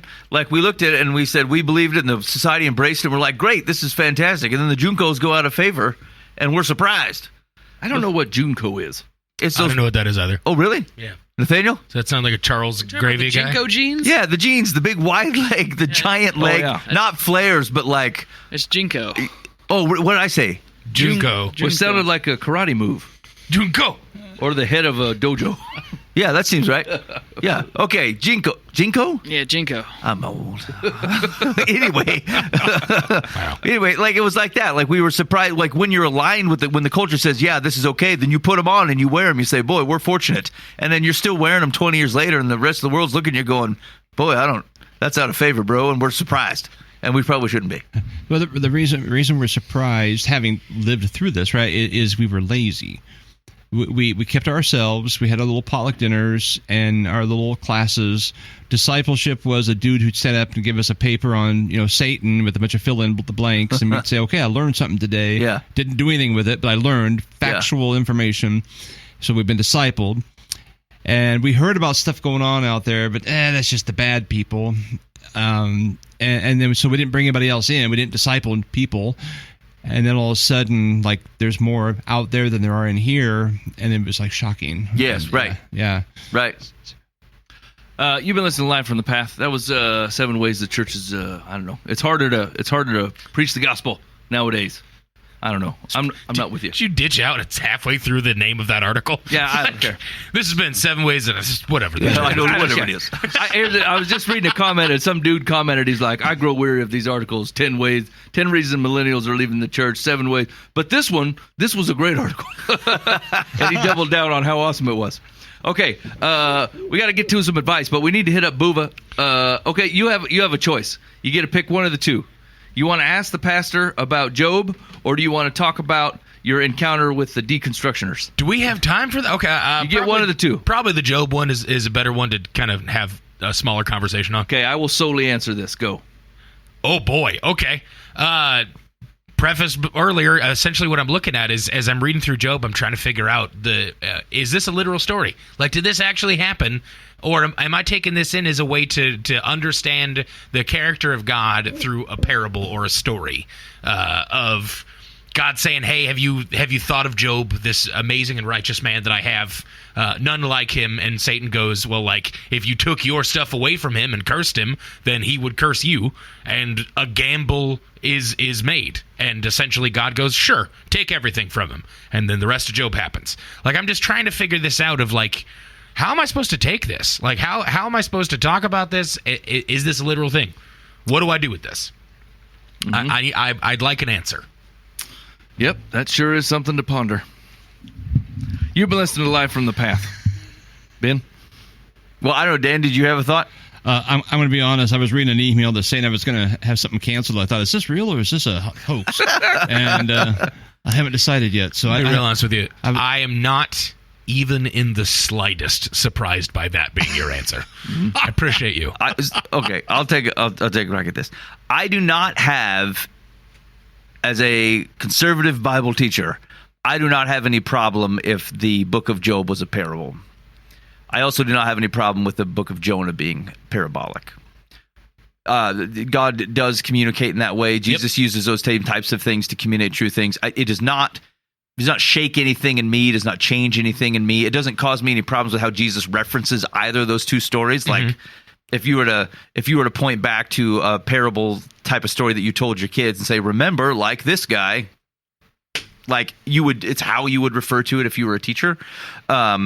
I don't know. But I also, on that same regard, I have no reason that it has to be either. Right. Like, there's nothing about. So I would lean. Actually, I would say I'm more likely to think of Job as parabolic than I am Jonah. Mm-hmm. For some of Is it merely because of the fantastic? Like, no, I think they're both real. yeah, I figured Dan would. Yeah. I think, but like, I had a feeling that was going to be the deal too. But Dan, why though? Because Okay, so filled in the blank when I was in 20. classic. That's how we always used to teach it. 30 years ago, I'm with the class. this was just a given. Yeah, We didn't question the Bible back then. And I see both points. I do, because I was thinking that as well as I was asked this question, and I asked it to myself, was like, does this shake my faith if this is just a good story that points back to like something that's being told by the concept of one of God's people? Eliminate the blessings, what happens? Like, you deal with Bildad the Shuhite showing up to your place, and then all this different stuff comes, and then God shows up at the end, is like, who are you? Like, do you know where I keep the snow? Do you have any idea what happens when the sheep gives birth? Like, I'm sitting right there. All this different stuff. I kind of fall in line with that. It doesn't change anything for me. Like, it's not faith shattering if this is a parable. I mean, a psalm, like, I'm okay with psalms being poetry and hyperbolic. I'm okay with Jesus using hyperbolic language. Like, I just don't. It doesn't do anything to me. But I would. But here's what's interesting, though. It has nothing to do with the fantastic nature of it.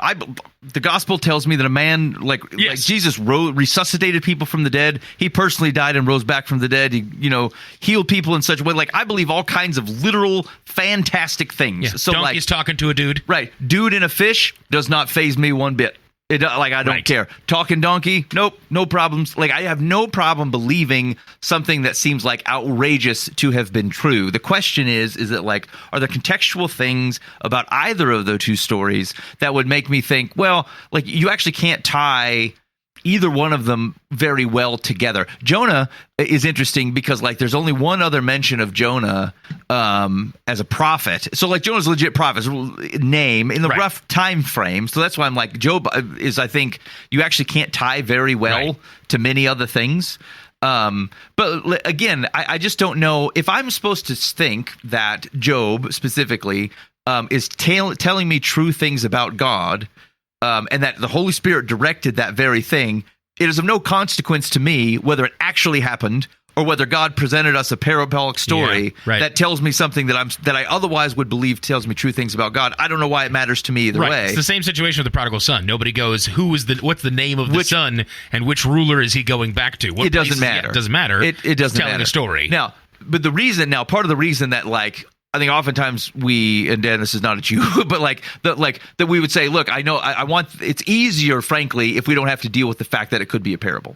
Mm-hmm. Because it starts to bring in a question of how else we understand Scripture. What, it's the same problem you have with the start of Genesis is, like, if I don't take that, if that's not literal, like, young earth creationist stuff, then you got to figure out where you draw the line. What's the selection process of what is literal, what isn't? Yeah, again, I don't really have a problem if it's not literal, like if it's telling me true things but not at a literal time frame, but it introduces complication in how people understand Scripture. So if it doesn't matter either way, I generally would default to going, I might as well just accept that, like, if it's literally true in whatever storytelling manner it's supposed to, unless I have a convincing reason not to. And I say, like, I've limited look into, but I'm more prone to think that Job has a higher possibility to me to be parabolic than I would Jonah, but you could take either of those two stories either way, and it has no consequence to me. Got it. Okay. Well, I remember reading something years ago that convinced me well enough. I thought that why it was a problem to look at it as a parable, and I don't remember what it was. I can't remember a thing. I just remember I checked it off my list. Like, okay, that's good enough for me,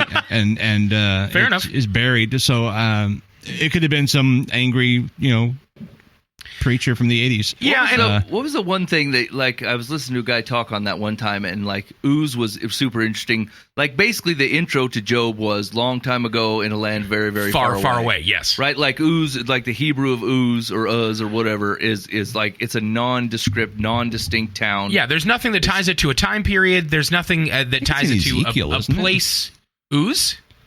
See, I was called Uz. You guys have been throwing me off. Ooze. I know, like, Ur is where Abram was from. Jeremiah 25, all the mixed peoples, all the kings of the land of Uz, whoever. Yeah, same. But that was the same. That was the same scriptural reference, right? Like, it's a generic Blah kingdom.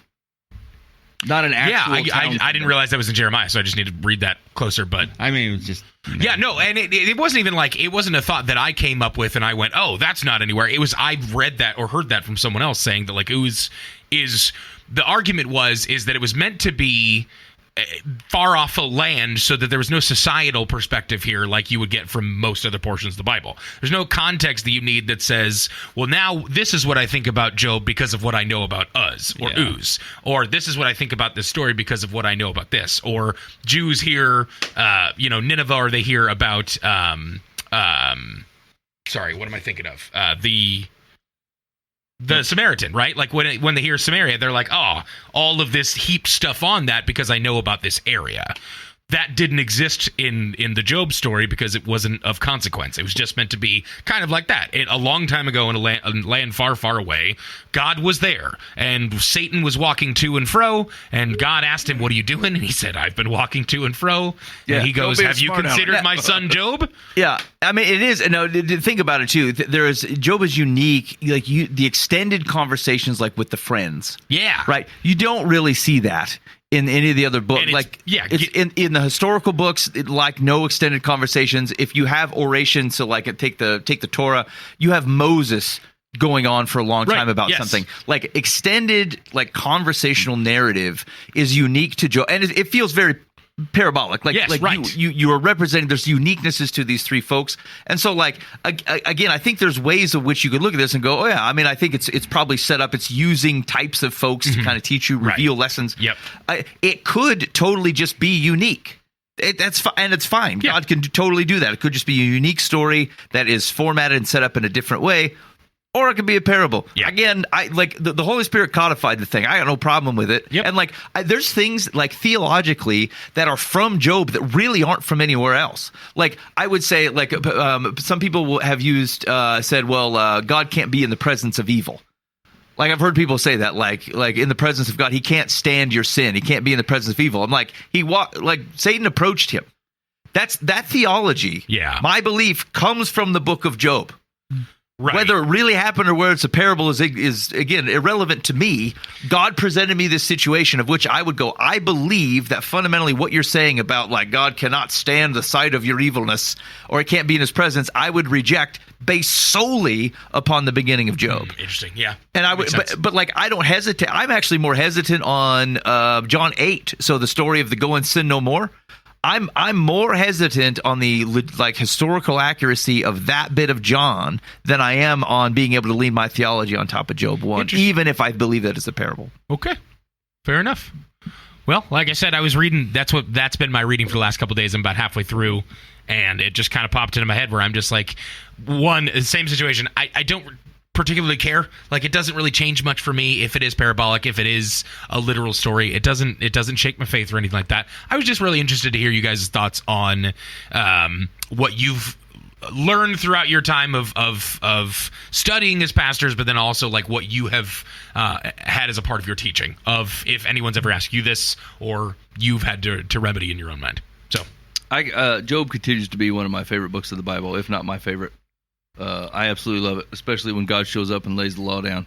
That's just my favorite. I stood on my bed, and I'm not even making this up, like a child, and was like jumping, like I was so pumped to be listening to the end of that as I was listening to a recording of that part of the Bible, because I was like, heck yeah, God, like get him, like gird your loins situation. Do you have any idea where the snow is held? And of course I was living in sin at the time, and I didn't put it in any application to my own life, but I was like, yeah, Dad, you got him. Yeah, take that, Job. I don't understand 98% of this book, and I'm really sick of hearing the words of Bildad the Shuhite, but yeah, get it.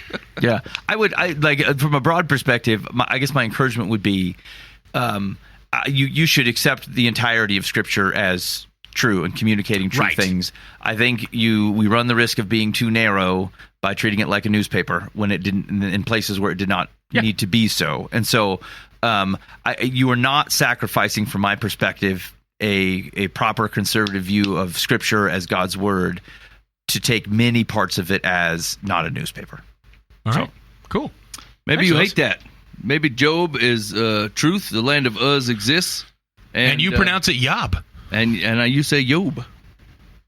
Why would you say Yob? I don't know. Why was the O not long? Just go into the phone number. I don't know it. 515-517-0085. If you've got anything you want to tell us, call or text. We'd love to hear from you. Let us know if you call it Yob and if Mike is crazy. Yeah. Once again, that's 515-517-0085. You get a haircut and get a real Yob. Wait, what was that joke? Wait, dang it. It was the guy I got it from Yale. It was the guy in prison. Yeah, that's right. That's right. If you hated that joke, let us know at 515-517-0085. That is the Eisenhower Live from the Path complaint line. Here we go. Dear Live from the Path, my husband, Randall, was a widower when we met. Why are we laughing at Randall? I don't know. It's a normal name. I wasn't expecting Randall. That's the man's name. My husband, Randall, was a widower when we met. His wife, Sylvia, had passed away in November 2010.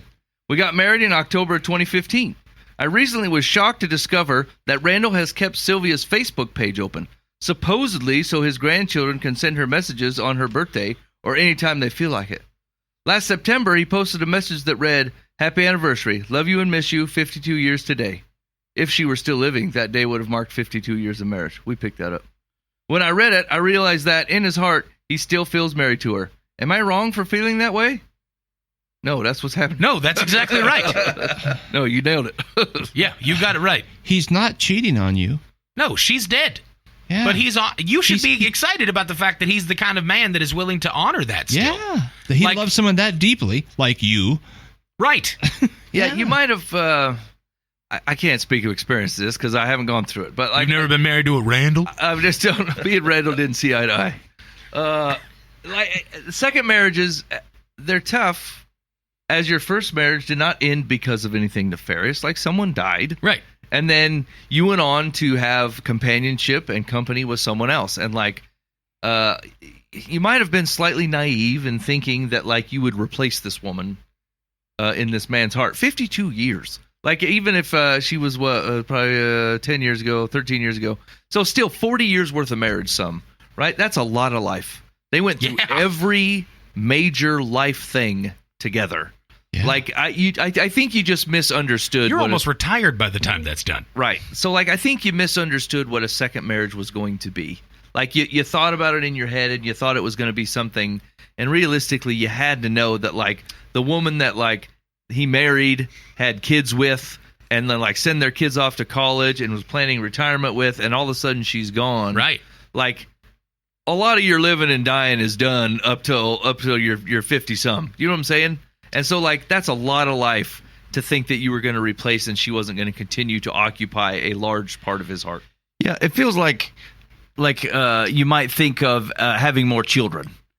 So kid A, you're like, I love this kid, I love it with all my might. And then kid B comes along, and it's not like you don't still love kid A. Somehow God does magic things where your ability to love somehow magically doubles, where you can still love A and B more than you ever thought possible. And I think, especially in marriages where someone has passed away, you should think of it that way. I grant that this seems like it would be very difficult to do, but his love for his deceased wife does not imply that he loves you less. Right. Your kid B for the practical purposes, right? You're not at war with this woman. It doesn't mean he doesn't love you just because he thinks of her fondly and deeply and remembers how when they were married. I know that would, and to Mike's point, I think there's probably some counseling in there, just something somebody should tell you before you get remarried, that heads up, this isn't quite. You need to recognize this and somehow reconcile yourself to the fact that his love for his deceased wife has nothing to mean that he does not love you fully. It's just, there's a magic in love in that way. And but I know why it would be hard, but you need to remind yourself of that. Yeah, you should think of it as Jews and Gentiles, right? We're kid B.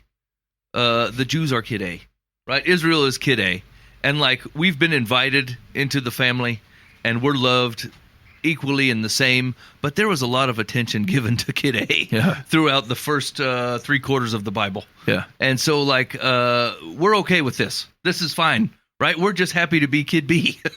Yeah. And I think that second marriage slot is probably you should try to look at it about the same. Yeah. So my dad passed away and my mom ended up getting engaged to another guy. And so his wife had passed away a couple years prior to that. And so that was actually one of the reasons that they had connected, was because they shared that past of like they had both been married in faithful marriages that just ended because of the passing of the spouse. And to like watch them navigate that was very interesting to me. And like it was interesting as being a kid of one of the people in the new marriage, right? Like it was trying to figure out what family looked like, but like they understood that like they were married to people beforehand, and that was their first marriage. And like they could still have a relationship together. They were even planning to get married before my mom passed away. But it wasn't weird like, oh, you're just my second choice. Like they really were both understanding the fact that like we are completely still in a love and relationship with the people that passed. Like that's the only thing that's changed is proximity. And so how do we graft a new relationship and a new marriage, understanding that there are people beforehand to be honored and to be remembered and things like that? And it was exactly that. It was there's an honor and there's a remembrance to the people that were. And I think they were even planning on having their pictures up at the new wedding, was to go, these are in remembrance of our first marriages of who we were with that they passed away, and this is what we're doing now, and we recognize that our spouses would want us to move on and be happy and to find that again. So it's just really cool to be a part of that and see that happen. It's a sad thing for me, for this person that's writing into us, because one, you've probably got a lot of gunk that's leading to this kind of jealousy. Like, admittedly, there's probably some stuff that's happened to you in your past, whether it's relationships before, maybe a marriage that you were in beforehand that didn't end in someone passing away. It could have ended in infidelity or something like that that's bringing this up. But then you have to realize that, like, you're thinking very specifically about you in this moment. And, like, I would caution to go, if you're in any kind of marriage with someone, the point is to be thinking of each other and to be enriching each other and building each other up in the covenant that you're in. And so take a step back and recognize that, like, one, are there hurts that are making this a bigger deal to you than it should be? And two, are you keeping the person in mind that, like, they're posting about the marriage that they were in for a very long time, and how do you love them through that kind of hurt, and then how they move on, even if it's been 15 years, how they're moving on and how they're not necessarily grieving but remembering. How can you be a party to that that's positive? Yeah, I'm feeling like our friend, was it Randall? Randall. He got the raw end of the deal here. This woman's heartless. Oh, okay. I mean, she really is. I mean, and immature. I mean, I see what you're saying. Yeah, it's just like, I'm just. How do you be upset about this? It is absolutely incredible to me. Yeah, he must still be in love with his ex-wife, or his former. It's not even ex-wife. It's like his wife. Deceased. I mean, yeah. I hope he is. Or what? I mean, I thoroughly, I want to set this woman down and say, you need to get a hold of yourself, and start thinking about your husband. Right. She is no threat. Yeah, literally. Zero threat. Oh, well, I don't know. Like the memory of people can certainly, like, ignore that it's a deceased wife. Let's just to say it's an ex of some kind or whatever. The memory of other people can intrude on a relationship, and you're feeling jealous of where it's clear that someone is thinking of that other person and not you. Now, it's different because they died. Like, yeah. I think there are natural reactions to that, but contextually, the spouse is deceased. That's a way different situation than I think you may still choose someone else. Like, to your point, Dan, like, it's not a threat. The dude that my wife dated when she was 18 and the gal that I married when I was 18, they are no threats to either one of us. We'll talk about them once in a while. Yeah. And I like, yeah, wasn't he great? Yeah, he really was. Yeah. Yeah, and that, I mean, the thing that's actually happened here is they posted happy anniversary.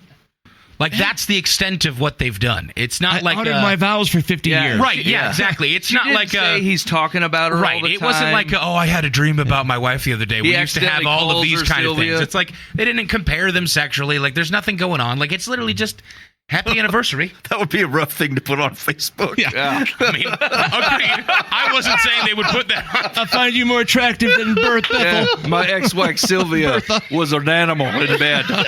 This new one, I don't know. That's rough, move. Sylvia and I met at Woodstock. It was a different time. Oh, gosh. Not what I meant at all. This has Randall, been a fun day you for crazy me. cat. I think it is like 10%. I get it from a human perspective, but it's like the urge to slap a man who cut you off in traffic. You got to let it go, man. It's not justified. Right. Secular says, the question was, am I wrong for feeling this way? Yes. Secular says, I don't think you are wrong, but please understand that some people don't completely get over the death of a loved one, and your husband may be one of them. Oh, no, he's one of those. He's one of those people that The just weakling. hold on to the dead, I guess. Oh, Randall, you jerk store. Can't you just turn your back on 50 years? Oh, it's not that unusual. Even if my Facebook is any example, I think she's referencing the fact that her mom passed away. People post about their departed parents, grandparents, and even their pets and memorial pages on Facebook after a person's demise. They're not unusual. If you and Randall have a good marriage, I suggest you develop a sense of humor about it. Sylvia is not a threat to you unless you make her one. Knowing that may lighten your load. I mean, I don't know if it's funny. Yeah, I know. Remember the time she breathed her last? Right. Did you post about your dead wife again, Randall? Oh! Zinger. That was a weird. Guess who won the race, baby? I'm still here. That's a weird response. Secular had a weird response there. Okay, we're going to do one more because it's pretty quick. Okay. Dear Live from the Path, we are a middle-aged couple who live together. I have been with, quotes, Jack for 7 years, and during these 7 years, he held down one job for only 3 months, and then he quit. I love him, but I don't believe the feeling is mutual. If he can't hold down a job and keep it, he never goes anywhere with me. Jack is a recluse. What should I do? Leave him. Should I keep him or tell him it's time to pack up and leave? I'd give it 7 more years. I don't gotta know wait what it out. What? There's no real pattern yet. Here's the deal. We could talk about this boob of a dude that like keeps 3 months of a job worth in 7 years and doesn't go. He's a recluse. Your girlfriend just referred to you as a recluse. You should love your life. Why are you with him? Yeah, he like doesn't that's go the anywhere with stop me. asking the question of blah blah. Like you need to take a look at yourself and go, who do I think I am? That this bottom of the barrel is what I believe that I deserve for 7 years. How'd y'all find each other? Yeah. Did you meet in a basement? You And then invited you him just into went, your wow, it really home. feels like you're going places, Jack. I would take one reason why you're with him. Just one. Any random one. Give me, he's nice to me. Yeah. So anything. is the friggin' person at Fairway. You're not going to get into a 7-year relationship with them, and at least the Fairway dude has a job. How'd you let this snake into your house? You know what I'm saying? Did he just show up with bags one day and you go, I guess? I'd be kind of curious. Like when you say, I love him, what do you mean by that? Yeah. I want to take care of him and make him better. Yeah. You're his mother. He doesn't build anything into me. He has no particular direction in life. Doesn't want to spend time with me. Yeah, but I love him. Why? Yeah. And she's not sure if he loves her. Yeah. I'm so sorry for what's happened in your past that led you to the belief that this is what you deserve. I'm terribly sorry because I can't imagine what's there. This is the fine line. This is what gets hard for me because half of me goes, I'm sorry. You're looking at the world broken. Something must have happened. You've believed a lie somewhere. I get it. I know. And then the other part of me goes, you're the dumbest human being I've ever met. This man he's a succubus, a parasite on the economy of all people he's ever ran into, especially you. And you're dumb enough to shade it in a way that makes it not look that way, right? You shouldn't have even gone 3 months of dating the guy, let alone let him in your house to live there. He's obviously a complete worthless human being. I think both those things are perfectly fine to take in. You can go, man, you've been through some stuff. You're stupid because of it, but you've been through some stuff. Yeah, that's actually interesting to think about because, at the most positive, he had a job when they were first met. And only kept it for 3 months. And only kept it for 3. But that means he moved in within the first 3 months. Right. Okay, I'm back in the you're making some dumb decisions category. Or he moved in, was jobless. She convinced him to go to a 3-month stint where he was working, and then he just went, this doesn't feel for me. Yeah. Like, it just doesn't feel right. And she was like, okay, baby, come home. I'll take care of you, no problem. Yeah. You think about getting a job soon? Nah, I don't like leaving the house. Jack's Okay, not Jack, fulfilled. all right, you stay where you're at. No worries. Yeah, okay. I'll go take care of the laundry. And so I'm willing to say that it's not a prerequisite that you have to be employed for people to love you. No. But I do submit that like as you're preparing for what your future life looks like together, that is something that you need to work out before taking any major steps. Like, sir, do you plan to work at all ever? Yeah, Do you have some disability I don't know about Do you that's want to stopping you? be in a mutual relationship, or do you want to be a pet owner?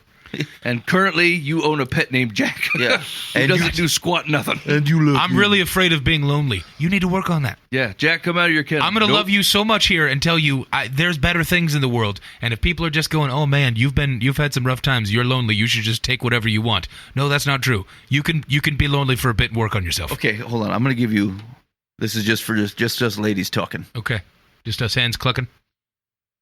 Fellas have a very wide range of standards. So, like, as a lady, if you think no man wants me, you are incorrect. Like, if you're a halfway decent person at all, like, there's a man out there for Here's you. the deal. I'm just telling you. You don't even have to be half decent. As an identified uggo, okay, I'm an ugly man. Okay, I don't have a lot of physical qualities that are desirable in any situation. I got a nice beard and a decent set of shoulders. That's about what I got going on. Very generous. There are fellas out there that look like blobfishes that don't have standards that you're not up to, okay? Like, there are some uggos in the world that are just like, they'll be excited if you talk to them and then text them back every once in a while. You can do better. Yeah. You're absolutely right. Do not settle in the dude category. Yeah, this is completely true. Like, have you ever been to, like, the Walmart or the Iowa State Fair? Either one. And then there's, like, a dude with a Spud McKenzie shirt on from 15 years ago that don't fit him. No. It might have fit him at some point. It does not now. And his bum crack's hanging out, and he's literally digging in there while he's walking the aisles, and there's a gal right next to him. Yeah. And you're like, what the heck? Couple kids, some evidence that they've been close. Yeah, and you're like, I don't know what how happened. this man pulled this off. Some evidence that they've been close is the greatest thing I've ever heard. There had to have been a gallon of Old Spice involved. I don't understand how this dude did this. Maybe he has a great job. I don't know. Yeah. But like all appearances, as I look at this man, I think there's no living possible way this man walked up to this woman and said, would you like to see me some more? Here's the deal. Yeah. This is why I need to get better in life, because I feel like people see me out with my wife and go, what? What is happening? Yeah. Why is that? She must be on parole. What is that human science experiment doing out right now with that gorgeous woman? Like, what is happening? Is she being held captive? Like, what's going on? She'll hold my hand in public. I'm like, what is wrong with you? You know, people are staring at us right now because they're like, they think she's being kidnapped. Is she hoping this is Beauty and the Beast and they're about to get the rose that fixes him or something? Yeah. So the point is if Buva can Stockholm syndrome a woman, straight up, then straight up, then you, my lady, have plenty of opportunity in the world. There's a man who will want you. You don't have to settle for this low grade situation. There is an army of bridge trolls out there that would just love to have a bit of your time and attention. They already got their bruisers on. It's 12:30 at night, and they're looking for beef sticks at the Walmart. And you're like, I don't know where to find good men. That's where. If their Tinder profile says just looking for beef sticks, no. Well, yeah, double check that. Anyway, Secular says, I don't know, Jack, and you have not listed even one of his virtues. Unless your idea of a happy future is supporting a recluse who refuses to hold a steady job, it's time to sing Hit the Road, Jack. Clever. You don't know Jack and Hit the Road, Jack, in the same response. All right. Maybe you agree or disagree with that. Give us a call or a text at the Live from the Path complaint line, 515-517-0085. That's the Bob Eisenhower Live from the Path complaint line. We'd love to hear from you. That's the show for this week. Hey, if you got any story ideas, you can use that complaint line. You got anything you want to ask the Pat? Hey, maybe you're incensed about that thing I said about the possible parabolic nature of Job. Let's hear it. Go ahead and hit us up. In the meantime, be faithful in the means. God will handle the ends. You've been listening to Live from the Path.